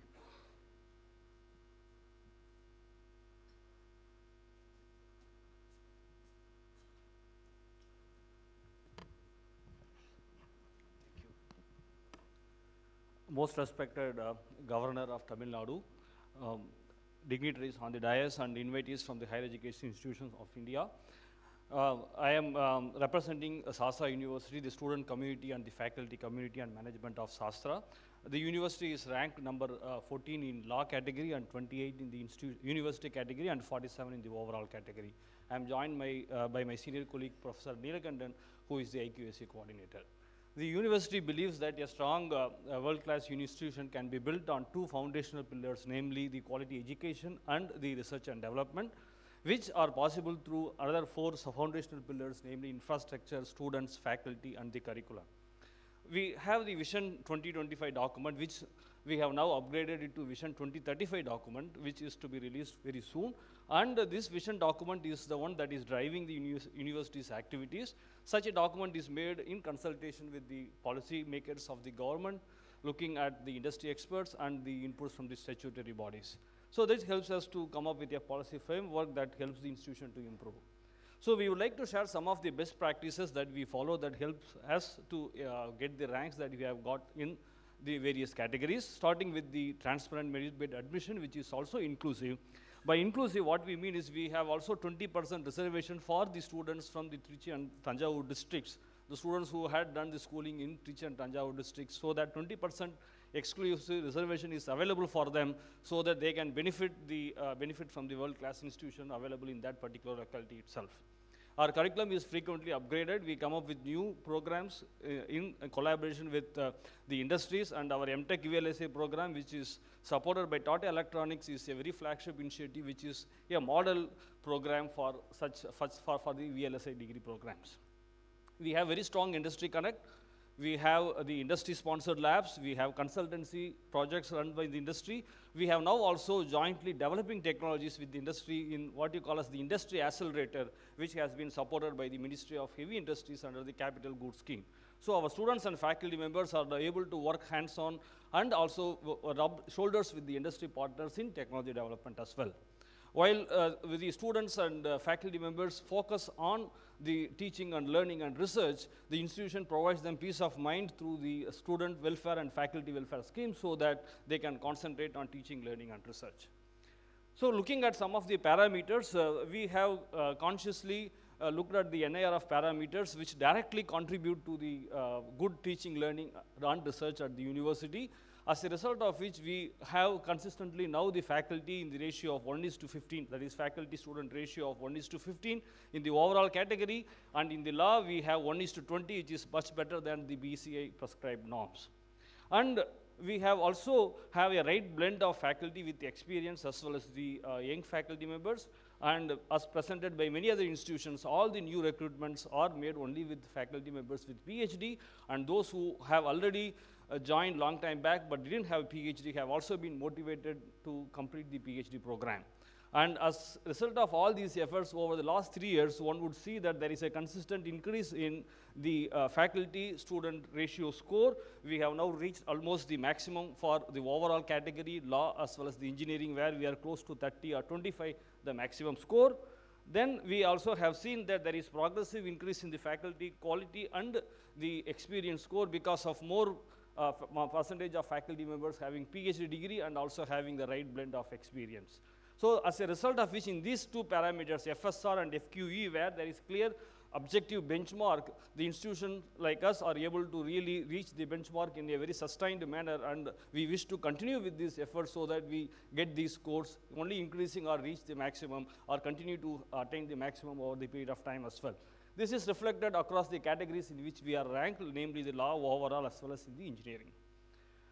The institution is very aware of the infrastructure upgradation in line with the new technology trends, and we also are aware that Make in India is one of the flagship initiatives of the government, and we want our students to be part of it. We want the institution also to be part of it. Hence, jointly with industry, as I said earlier, we have set up the industry accelerator, where hands-on training can be given to people in technologies such as surface mount technology, fabrication, PCB, robotics, AMR, AR, VR. And as a continuation of this, we have also now established a center in collaboration with Bajaj. BEST is the Bajaj Engineering Skills Training Center, which is the flagship CSR initiative of Bajaj. This is the first such center, or only such center in Tamil Nadu. This center aims to train 500 graduate trainee engineers and diploma holders on robotics and automation, Industry 4.0, sensors and automation, and electric vehicles, and some of the facilities that are open now for people from institutions across the country, not only from SASTRA, but for students from across the country, are the industry gate facilities, which are first of its kind in an academic institution in the country. So all these ensures that our students are capable of having the project internship carried out inside the SASTRA, and they are better prepared to face the recruitment when the campus interview happens. Research among several initiatives, I would like to highlight the support that we give to the full-time PhD students. All the full-time PhD students in our university are supported. Even when there is some time delay in the release of fellowship from the government projects, the institution supports them through giving the fellowship. As a result, over a period of time, we have seen completely a good amount of increase in the number of PhD graduated. We would be able to compete much better if this PhD numbers is also divided by the faculty while the normalization is taken. But right now, we understand that the absolute number of PhD produced is what is taken for the ranking. Maybe if this is also divided by faculty and normalized, there could be some better opportunities as well. We are more concentrated on the quality of publications. in the institution, 80% of our publications are in Web of Science, and 70% of our publications are in Q1 and Q2, and every year we see that there is an increase in the median impact factor of our publications. The placement to the students. Even in the times of recession, we are able to get very good placement from the, our students. And in addition, 20 to 25% of our students aspire for higher studies both in India and abroad. Accordingly, we have faculty members who train the students for GATE exam, GRE and TOEFL as well, and CSR exams, and that is one more avenue by which we are able to ensure that our students are able to get admissions to higher studies. In addition to that, we have 2 technology business incubators. Totally, these 2 have about 100 incubatees, and 35 have already graduated, and these 2 incubators together have gathered, they have raised about 10 crores of funding in order to support the student innovations at SASTRA as well as for outside community, and as a result of which, for a student, after completing the 4 years of degree, he or she is able to find a placement or a higher study opportunity or an opportunity to get placed in the incubation setup as the SASTRA University. So we thank you for the opportunity and look forward to the interactions during. Thank you very much, sir. Thank you. Thank you, sir. We now welcome Christian Medical College Vellore for their presentation.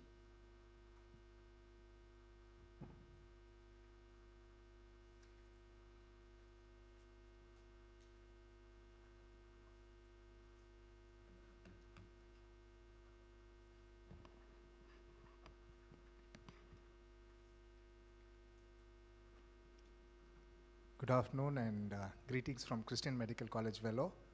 Big thanks to our Honorable Governor of Tamil Nadu for bringing us all together, for felicitating us and providing this platform so that we can hear each other's best practices and also network in the future. Thank you very much, sir. Christian Medical College over the last several years has been known by several taglines, and one of the taglines is serving the nation since 1900. So that's a very long time ago, and CMC was born based on a need, and everything that we do in CMC is based on the healthcare needs of our country. And the need in 1900 was women were dying in childbirth, and our founder, Dr. Ida Scudder, came to visit her father, who was a doctor in India, and people thought that she was the doctor, so they went to her and said, "Our wife is suffering in childbirth, can you come and oversee the delivery?" And she said, no, I'm not the doctor, my father is the doctor. And 3 men came the same night to their house asking for help for their wife's delivery. The next day she heard that all 3 women died because the custom at that time was men couldn't oversee the delivery of women. So then she made up her mind, went back to Cornell, studied, and came back in 1900 and started a 1-bed clinic. And soon she realized that she couldn't meet the healthcare needs of the country by herself. And then she started training programs, nursing in 1909, medicine in 1918, and so forth, so many allied health science courses, the higher specialty MD, MS, super specialty courses from 1950s. So actually, all of us currently there are standing on a very rich heritage and legacy, and we thank God that we still continue to have dedicated and committed faculty to carry on what was started more than 100 years ago. The core of our educational process is that students who come in will go out and give quality health care, and they will be service oriented. So our whole teaching, learning, resources, all our curriculum is aimed in such a way that they will be professionally excellent, they will be competent. Not only they will be competent, that they will be compassionate and willing to respond to the needs of others. So in our curriculum itself, during their holidays, they have 2 weeks of postings where they go to different parts of India, resource-limited settings, rural settings, where they actually get a taste of what healthcare in India is. What are the healthcare needs? How is healthcare practiced? Because here in CMC, we have tertiary care, we have all the latest things, but they need to know what the needs of our country are. So that's one of the things in our curriculum. We ensure that they are ethically sound. So both ethics and communication is embedded into our curriculum. Now, if they're there in a surgery posting or an OG posting, what are the different ethical things that come up in that specialty is brought to them so that when they leave, they'll be ethically sound. And we believe that patients come from all over India to CMC because they see that no ethical medicine is being practiced in our hospital. We also want them to go out as servant leaders. So at the same time, when they're having curricular activities, there are also various responsibilities we give them so that they learn leadership also, so that they will go out as servant leaders with a special concern for the poor and the marginalized. As I said, we have dedicated faculty. We have about 800 faculty for 500 medical students. So you can see the faculty-student ratio.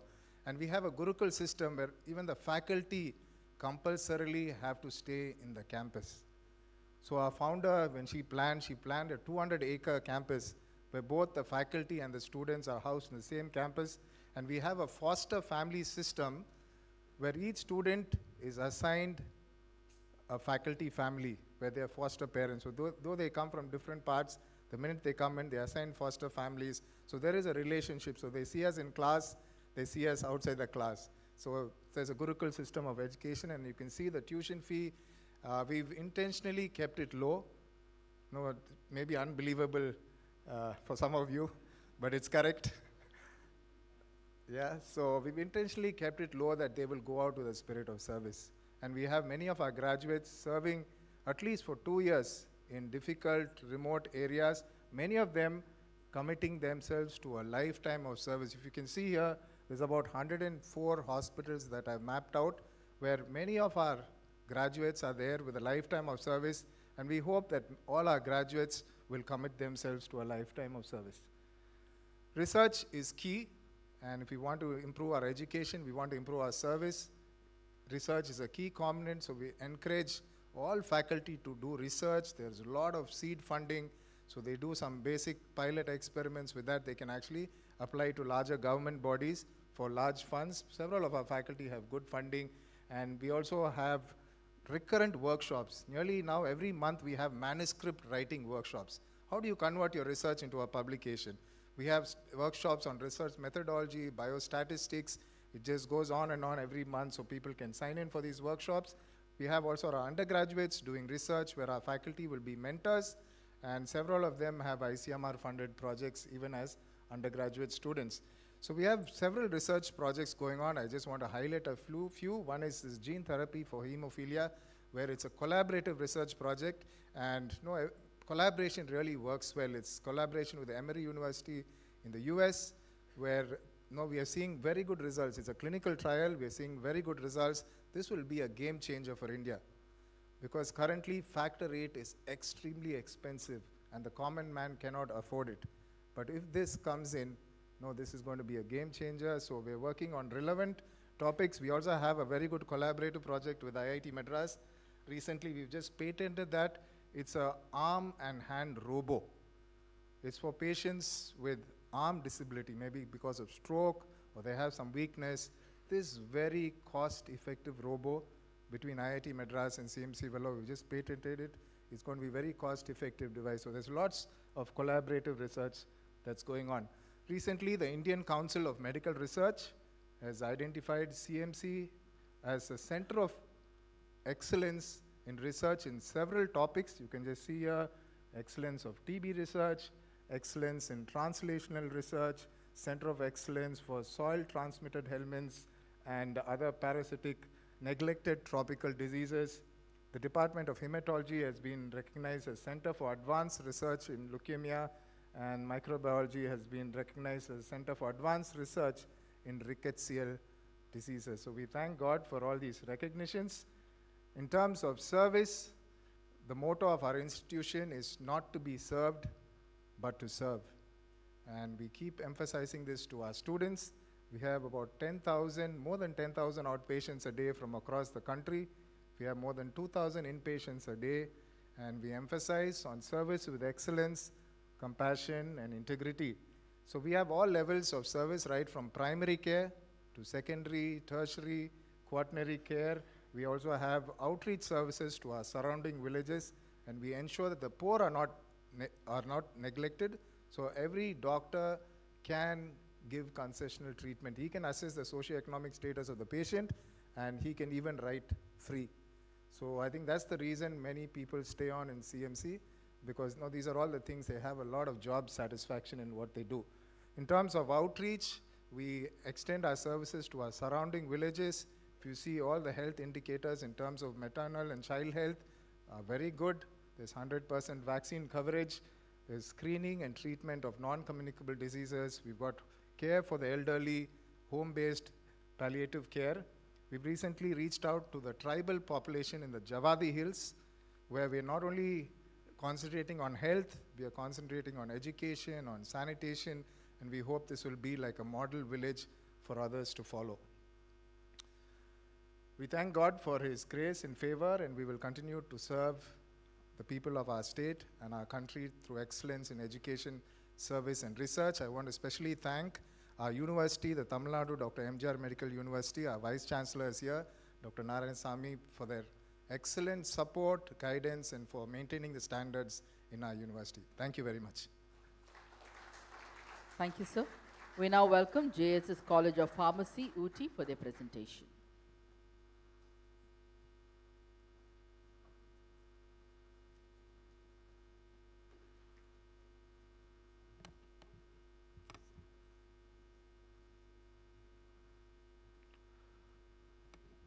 His Excellency, the Governor of Tamil Nadu, the dignitaries on and off the dais, very good afternoon, one and all.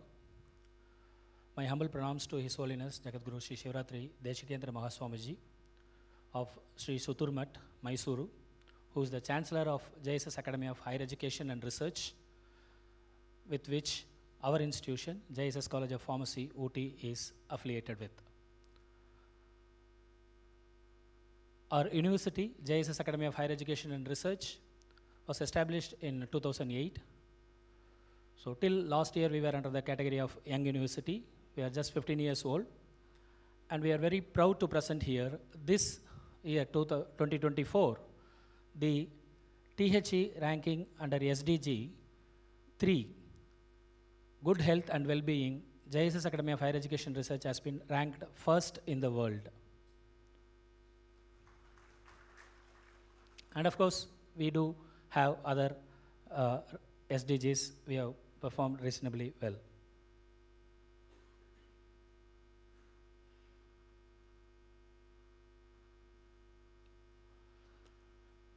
This is the journey of our institution in the last 9 editions of NIRF. We were there in the top 10 for the last 4 years, and last year we could able to move to top 5. We ranked 4th, and this year again we have maintained the same ranking. And this is our team, our principal, Dr. S.P. Dhanapal, and myself, the nodal officer, and Dr. Satyanarayana, Dr. Krishnammal, and Dr. Jubi. The team is very important for NIRF ranking because if institutions keep changing the nodal officers or the team every year, it won't help, because understanding the concepts and the criteria itself requires more time. So my belief is it is very important to have the consistent team in the institutions who are working for the NIRF ranking. This is the performance in the individual metrics of our institution. You can see the green shaded or our improvement in the individual scores. Wherever there is an yellow shade, we have decreased in scores, and blue shades are there are no changes. And we want this entire table to be green in color. That's our target. Once we reach everywhere improvement and this table becomes completely green, we believe that definitely we could able to reach the dream position of number 1. In this year, 2024, we are proud to say that our scores in 4 metrics like TLR, RPC, GO, and OA, we have increased our scores from last year, except perception. Perception score for 2024 has decreased. But if you look at the ranking of individual criteria, 4 out of 5 criteria, we were in the top 5 across all the pharmacy institutions. Despite this fact, I said two things. Our scores have individually increased in the metrics, and in the individual metrics, we were top 5 in 4 criteria. Despite this, we could not improve our ranking. We could able to just maintain the same ranking. The simple reason is, it's not only to improve our scores, we should also look at the competitors' scores, how they are performing. We strongly believe that our rankings are decided by our competitors. We also work, there is no doubt on that, but it is all about our competitors, how they work. So we believe we should closely monitor our competitors and their performances, and accordingly we should act upon. Coming to TLR, thanks to our management that our financial investment on teaching learning has been consistently increased. Again, we all know that when we are talking about financial investment, it is not on infrastructure. So under TLR, under finance, if you want to increase, there are only a couple of opportunities. One is the seminars and conferences, expenditures on seminars and conferences, and library expenditures. And very importantly, where we can play is, or where we can concentrate more on is, purchase of equipments through research grants. Though research grants lead to purchase of equipments, it is not directly contributing there, but it is also contributing in the TLR. Coming to the experience of the teachers, as already mentioned by many of the speakers, it is not very important to have all experienced teachers. We don't want 100% of the teachers who are all consistently staying with our institution. In fact, as per NIRF, it is a disadvantage, because we should have a checks and balance of the newcomers and the middle phase experience and the highly experienced teachers, and we could able to maintain that. Coming to PhD qualifications, as every institution has a strategy, we also have made a policy that our recruitment is going to be only with PhD qualified, and the teachers who are with only MPharm qualification or any other PG qualification are doing their PhD. So in years to come, we will achieve the target of 100% teachers with the PhD qualifications. And our faculty-student ratio is less than 1:15, and 100% admissions across all the programs. These are some of the infrastructures developed, and these are some of the adjunct faculty who are all the academicians from national and international researchers, industrial experts, CEOs, and few diplomats as well.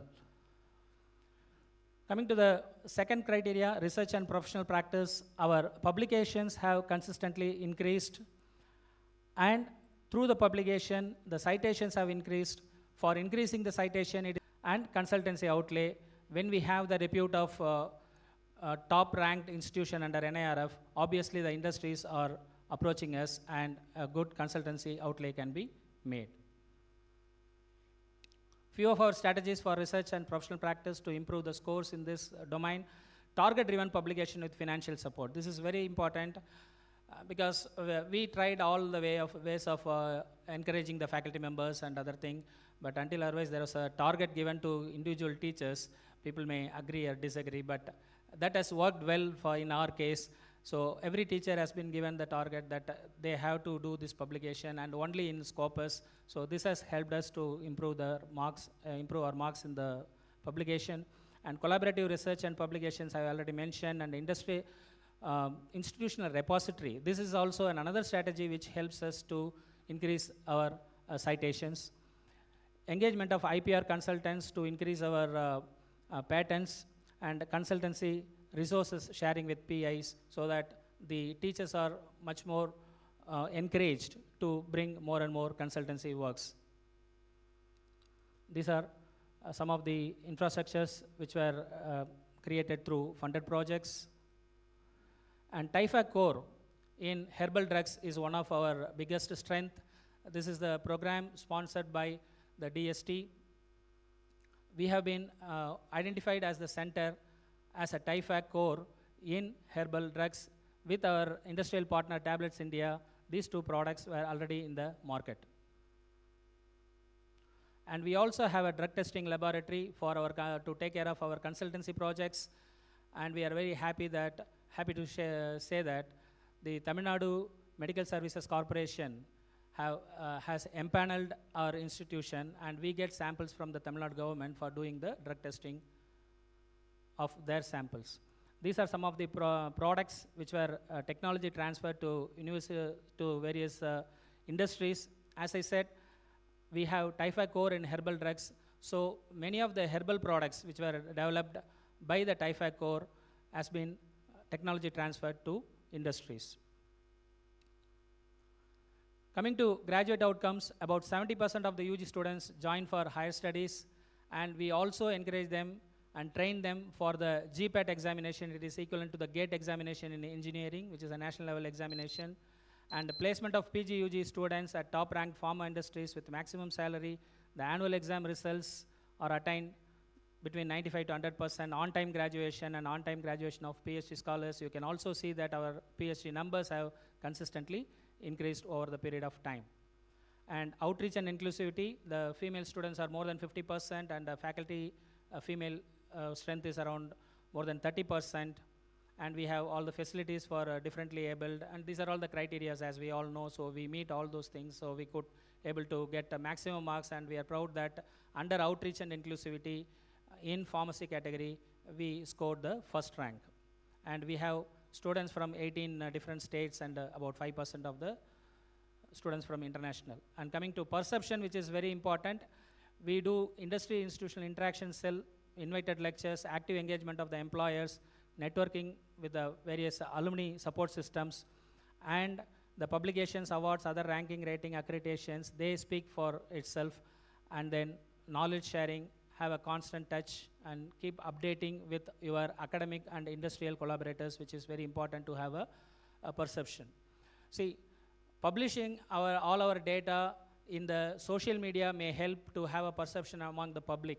But when it comes to NIRF, the perception of our institution among the professionals carries a very important aspect, because they are the one who are voting for us. So it is always better to engage our stakeholders, especially the employers and our peers, with our activities and updating them. And we are also proud that for 2 consecutive years, 2 of our faculty members, Dr. Satyanarayana, who is here, and Dr. Gautam Rajan, have been ranked as a top 2% scientist by Stanford University, USA. These are some of our academic and industrial collaborators. I would like to conclude by saying that in philosophy, there is a phrase that if you want to, our destination is achieving the God. The way to achieve the God, to reach the God, is the God himself. Similarly, I would like to compare this analogy with NIRF. Getting rank in NIRF is our destination. For getting good rank in NIRF, the way is NIRF itself, because it is a virtuous cycle. If we are ranked at the top, everything follows. It brings you the good students, good publications, good faculty members, good grants. So it is a virtuous cycle. So the best way to get ranking in NIRF is getting rank in NIRF. With this note, I thank His Excellency for having arranged this wonderful meeting. And we learn, this is a wonderful opportunity every year, because we learn from the experts of all other institutions. Thank you. Thank you, sir. We now welcome PSGR Krishnammal College for Women, Coimbatore. This is the last presentation of the day.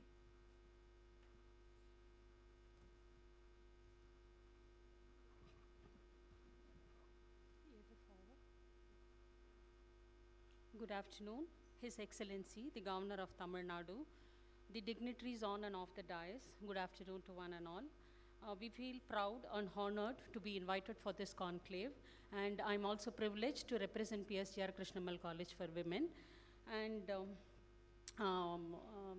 So a glimpse about my institution.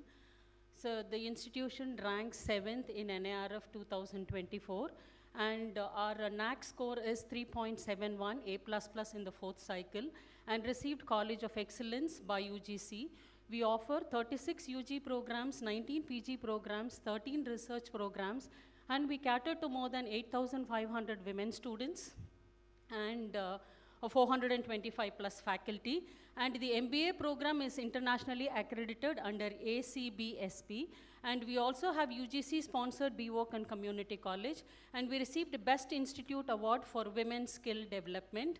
And we have RWTP Center, which is sponsored by DST. Ours is the only women's college and one of the top centers in India, received GRG Bairak EUA Center, and we are recognized by DBT Builder, and we are also proud to mention that ours is the only college in Tamil Nadu, and we are also recognized by DST FIST, DST Curie, and all the science departments are recognized by DBT Star status from 2012 onwards.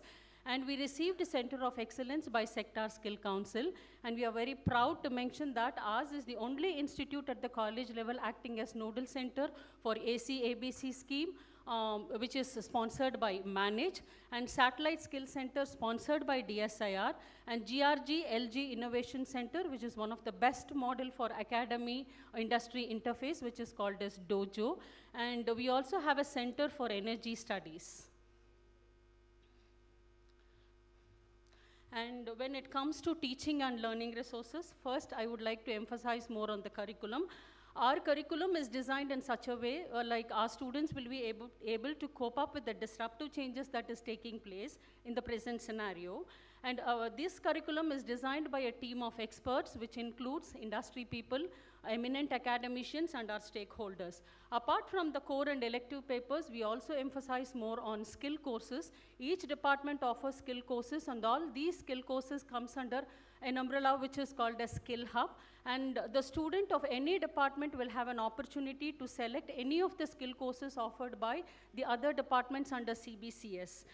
When it comes to our teaching learning process, the faculty follow innovative pedagogical tools so that the student will have an opportunity to experience practical learning, experiential learning, and innovative pedagogical tools are used. And apart from that, we also motivate the students to learn self-learning through various online platforms like NASCOM, SWAYAM, NPTEL, and ICT Academy. And students also have an opportunity to take up various courses offered by industries under their CSIR initiatives. Students also have opportunities to take up summer internships at reputed state and central universities, and paid interns offered by the industries. They also participate in hackathons and think tanks to put forth their creative ideas and to find out a solution. And the faculty are regularly trained through various FDP programs by the TLC, which is Teaching Learning Center at KCW. And the training mainly focuses on how to develop e-content development and how technology can be integrated as a part of the teaching learning process, and how to use open educational resources. And we have international collaboration where more than 120 students per year participate in social immersion program and cultural exchange program to various abroad universities. When it comes to research, there are the few thrust areas which the faculty and the research scholars work. They are green hydrogen, battery storage, exosomes, biomaterials, data analytics, circular economy, and sustainable technologies. So state-of-the-art infrastructure that is available, and this infrastructure is provided by many of the funding agencies like DBT, DST, UGC, DSIR, ICSSR, and other funding agencies which comes under Ministry of Science and Technology. So this state-of-art infrastructure facilitated us to start centers of excellence, and apart from that, we have incubator and pre-incubation facility for the students who wanted to have their own startups and commercialize their products. And seed money is provided by the management for the young researchers to start their own project work, and collaboration with higher educational institutions, industries at the national and the international level helps us to do collaborative research.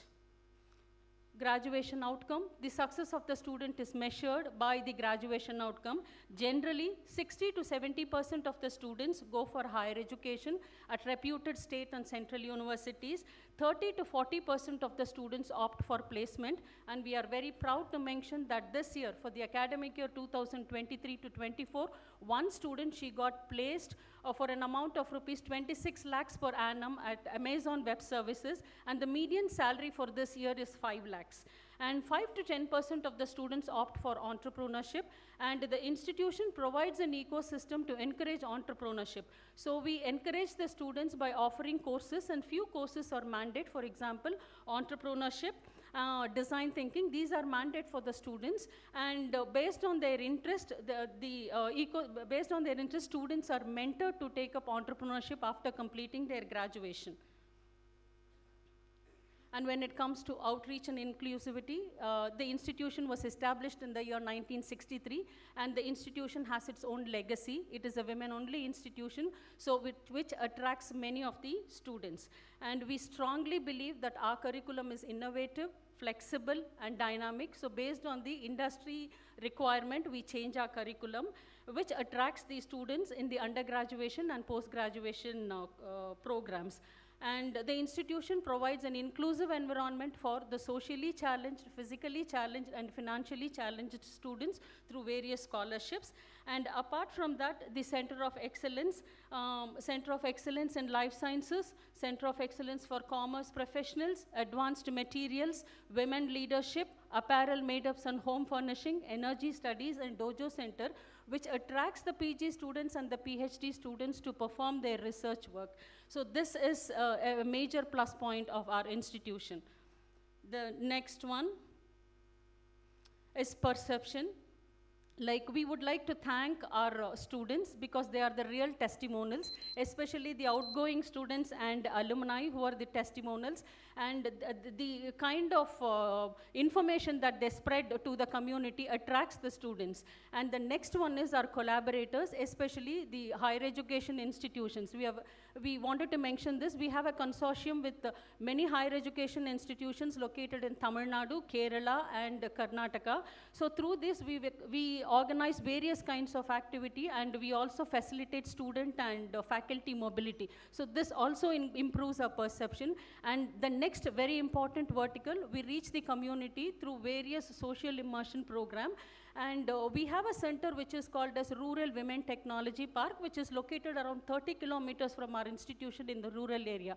So that is one of the best model for public-private partnership, because the land was provided by the village people for the service that the institution has provided. So more than 10,000 rural women like SHGs and NGOs were benefited through various technology transfer in post-harvested technology. So I would like to thank our students, alumni, collaborators, management, faculty, staff, and NIRF coordinators who constantly help us to maintain the ranking. And we are also very proud to mention that we are able to maintain in the first 10 ranks for the past 5 years. So thank you.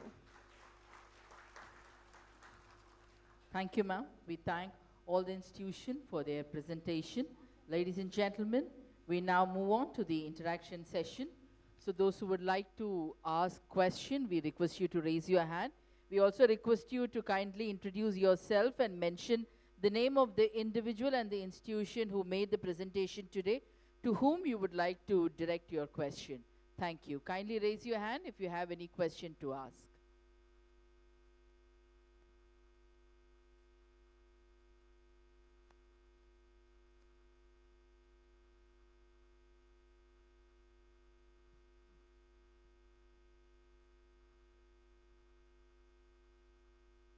No questions? Yes. So kindly introduce yourself and the name of the individual and the institution to whom you would like to direct your question to. Honorable Governor Sir, I am Professor Tyagarajan, Pro Vice Chancellor, VIT Chennai campus. I have not a question, I wanted that slide the Vice Chancellor did not show because of lack of time. I would like to know from Vice Chancellor, Tamil Nadu Agriculture University, she was telling that in perception she scored high, but she stopped with a third criteria. I would like her to highlight on that. Thank you very much. It is mainly because of the connect with the different level of stakeholders, starting from international level organizations where we sign MOU and do the collaborative research, and then we have the adjunct faculty and also professor of practice, industrial connect, and our students are our testimony. You know, we are sending our students to short-term internship to different institutions within India and also to outside India, and also one semester twinning program we are sending them outside. So in toto, the perception is taken with all the stakeholders, including from the top level international organizations to the bottom level grassroots level organizations. So we are quite popular amongst all those people. That's why we could get 100 out of 100 in the perception. Thank you so much. Thank you, ma'am. Any more questions? Anyone?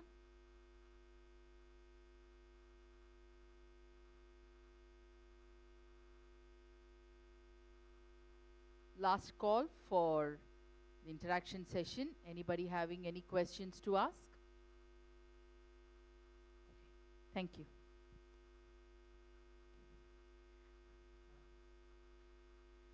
Ladies and gentlemen, before we moving on to the presidential address by the Honorable Governor, we humbly request the Honorable Governor to felicitate Dr. Parameshwari from the controller, who's a controller of examination on behalf of the VC, Dr. MGR Education and Research Institute, Chennai, who has been ranked number 20 under the category of dental. They were unable to reach us on time because of the traffic congestion.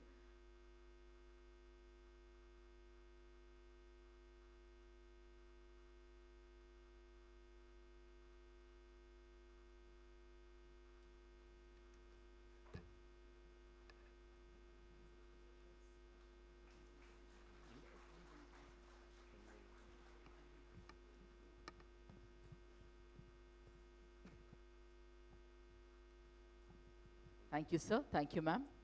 We now humbly request the Honorable Governor to address the gathering.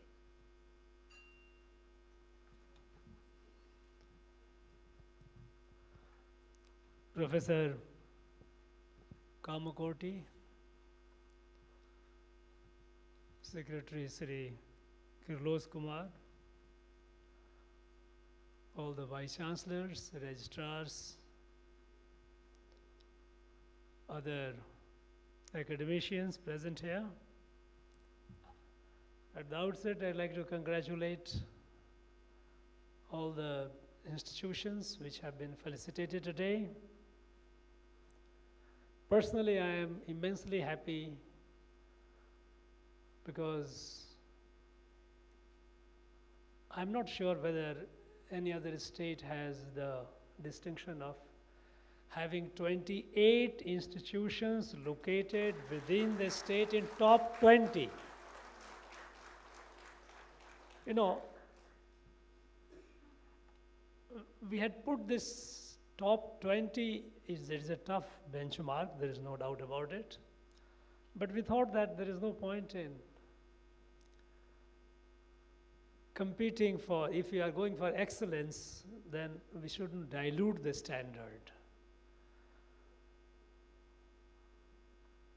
This is the third such felicitation program that we are having today. We started in 2022.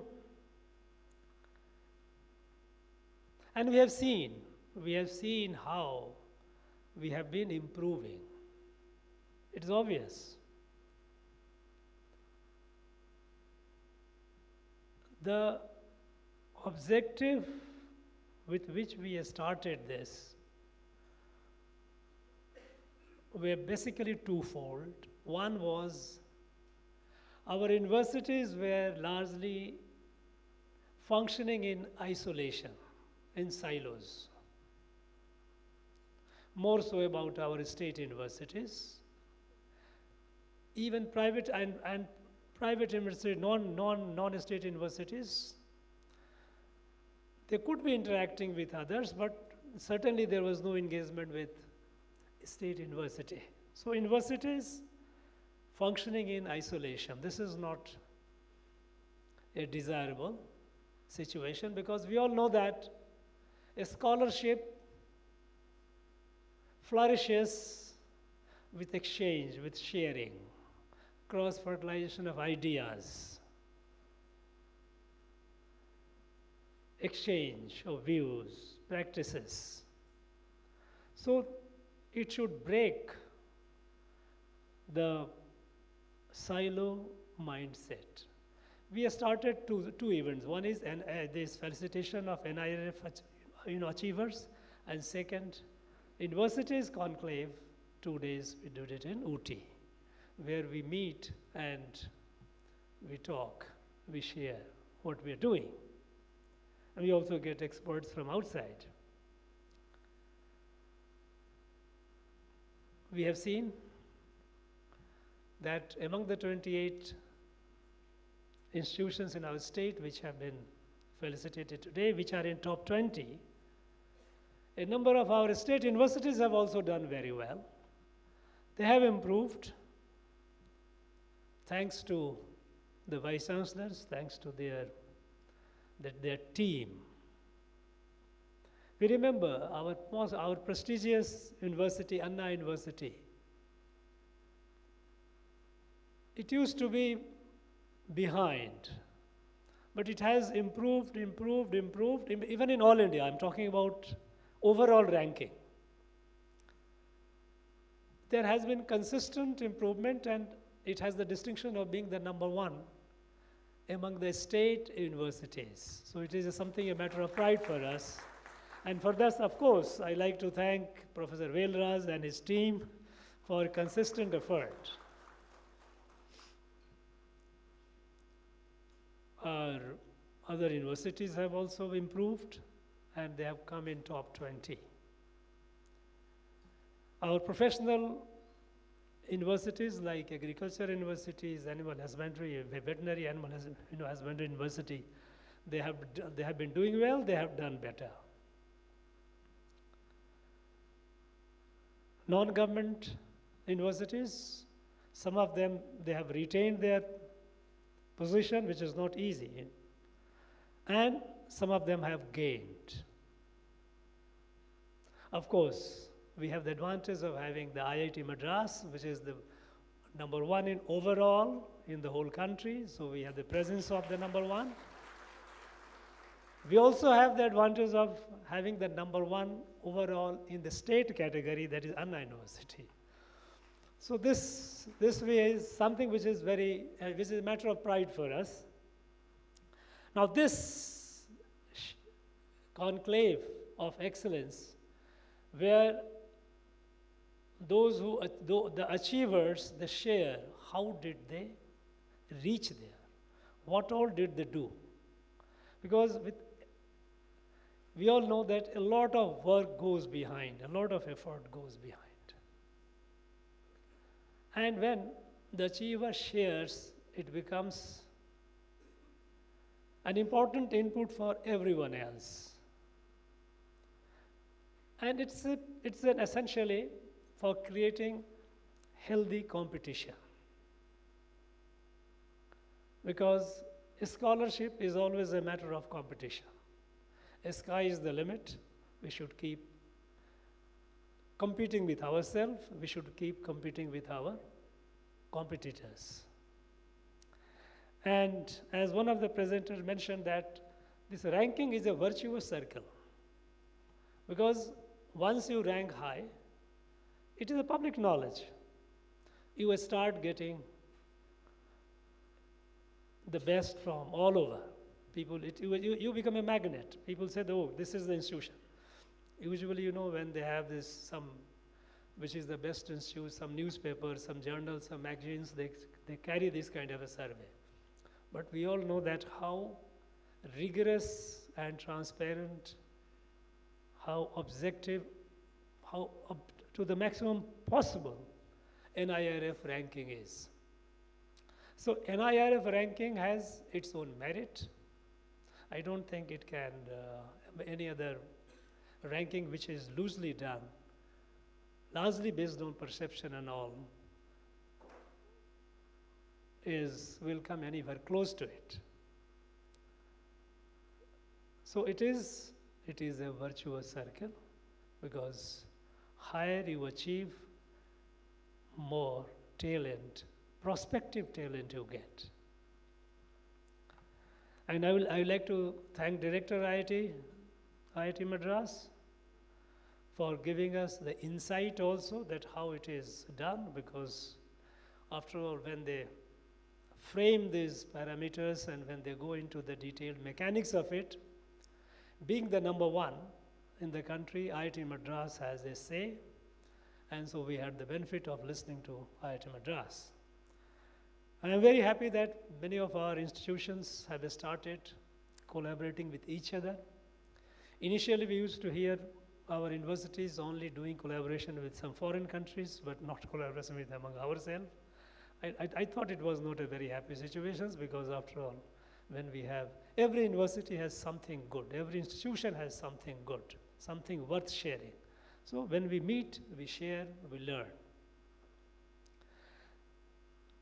I'm also aware that quite a few of our institutions have started not only collaborating with each other, but also collaborating with IIT Madras. IIT Madras is also now expanding, is going to the new areas. In fact, in the field of intellectual property and all, they have established a very, very high benchmark, and I'm sure they will continue moving forward. Because after all, you can always improve. Even if you are number one, you can always improve in terms of number of patents, number of that is intellectual property that you create, number of startups that these incubators that come up here, which eventually lead to fructified and good, that is scaling up in business. Now, I would like just one, since it is a day of celebration, we are all happy because our state has done so well. Private universities, the state universities, they have done very well. Now, a few note of caution that I would like to sound here. Now we know that one criteria is faculty, PhD faculty. Now PhD faculty is intended, this parameter is there on a presumption that we will produce quality PhDs. That is important. And here I would like to urge our institutions to take care that PhD quality must be excellent. And in general universities, not about, as far as professional universities are concerned, there are standards which you cannot just afford to compromise. You have to keep up. But our non-professional universities, which are general universities where you teach many subjects, there I would urge that you ensure that the quality of PhD improves, because presumption should not be falsified that a PhD holder is not worth it, then that's not a good situation. We had a meeting of our state vice chancellors, and one suggestions which I have given to them, that those of our PhD aspirants, when they are doing the masters, they should be exposed to NET JRF competitions. Because,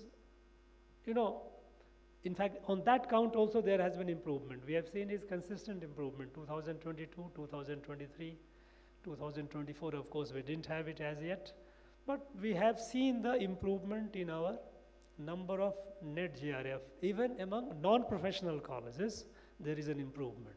But I think we need to take it more, because the number of PhD that we produce is pretty large. But we must ensure that the quality is not compromised. There, for organizing a kind of a course or a coaching or guidance For such students, whether they are in first year of master or the second year of master, preferably the first year master itself, they should be exposed, because many students would be making up their mind, okay, they would do PhD. Some of them would do it at the last minute, that's okay. But majority of them would be forming up their mind that, okay, I'll go for PhD. So a course, a guidance course, how to prepare for NET JRF. Because we know that in our non-professional colleges, PhD fellowship is very, very low, otherwise it's very low. It is minimal. It's something which is, it's abysmally low. Number one. Number two is, if one goes through the rigor of preparation, then the student, the fellow is refined, becomes more competent. So we should learn, we should conduct these courses and invite resource persons. We have resource persons everywhere, within the state universities as well as in the private universities. And I would suggest this to even to the private non-government universities. Because non-government deemed to be institutions also, there are some institutions which are doing well, because I have the NET JRF data of all the institutions in our state, whether it is a government and non-government. Some of the non-governments are doing very well in terms of PhD, NET JRF PhD. Not everyone is doing that well. So I would suggest that this we should aspire in every institution, even in the non-government and in the government. That our scholars, those who go for PhD, they should not go for PhD because just they have to go for it, just for the sake of it, or not getting proper placement or a job, or they feel that, okay, let me perhaps a few years more in academia before I go for it. No, that shouldn't be. We should discourage that kind of attitude. We should instill the quality of excellence, desire for excellence, and drive for excellence. We must do that. That is one thing that I thought I should share with you. And intellectual property. Intellectual property, again on that count, even in our state universities have improved over the years. We have seen the quality improving. We have to improve, we have to give greater emphasis on it. Because, you know, friends, if the country has to grow, and it has to grow, there is no alternative, then we have to create intellectual properties. Today, if you look at the report of World Intellectual Property Organization, 46% of patents in the world are from China. 46%. 18% are from United States. Of course, in value chain, if you look at, plus the quality of US patents are certainly much higher. But quantitatively, 46% is a pretty large number. We have started. For long we had ignored it. We didn't care. Our patent procedure also was not very streamlined. Things have become far easier today. But orientation towards creating intellectual property, that awareness also was missing. Today, we have the awareness, and we have started doing well. The last year, the latest WIPO report, if you look at it, our country, we have made a jump, but we are still at a very small, too small to be mentioned. I feel that from less than 1, we have gone to 2.5% we have taken over. But we have to take far greater leap. I am happy that our universities, in the last 2 years, data that I have seen, we are consistently increased. We are doing better in our IP. I think we have to put greater emphasis on that for the purpose of our NIRF ranking, for the purpose of our nation's growth. The quality of PhD and thrust on IP, intellectual property. These two things I would urge on all of you. And I wish all of you the very best. I'm sure it has this conclave has been to the advantage of everyone. We have all benefited. We are all winner. and my best wishes to all of you. Thank you very much. Thank you. Thank you, sir. We now request the Deputy Secretary to Governor Universities to propose the words of thanks.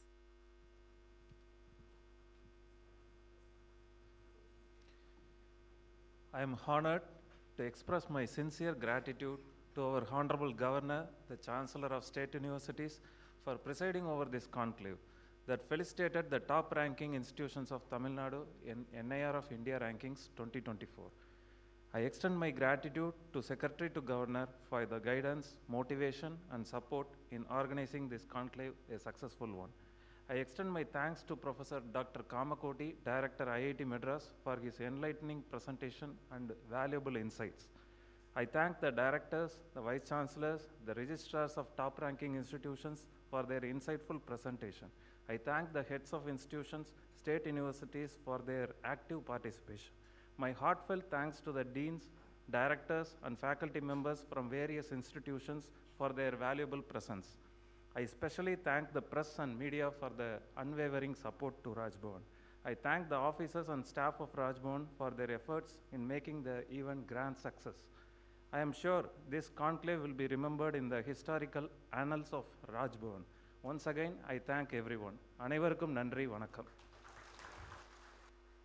Ladies and gentlemen, we kindly request all of you to rise up for the national anthem.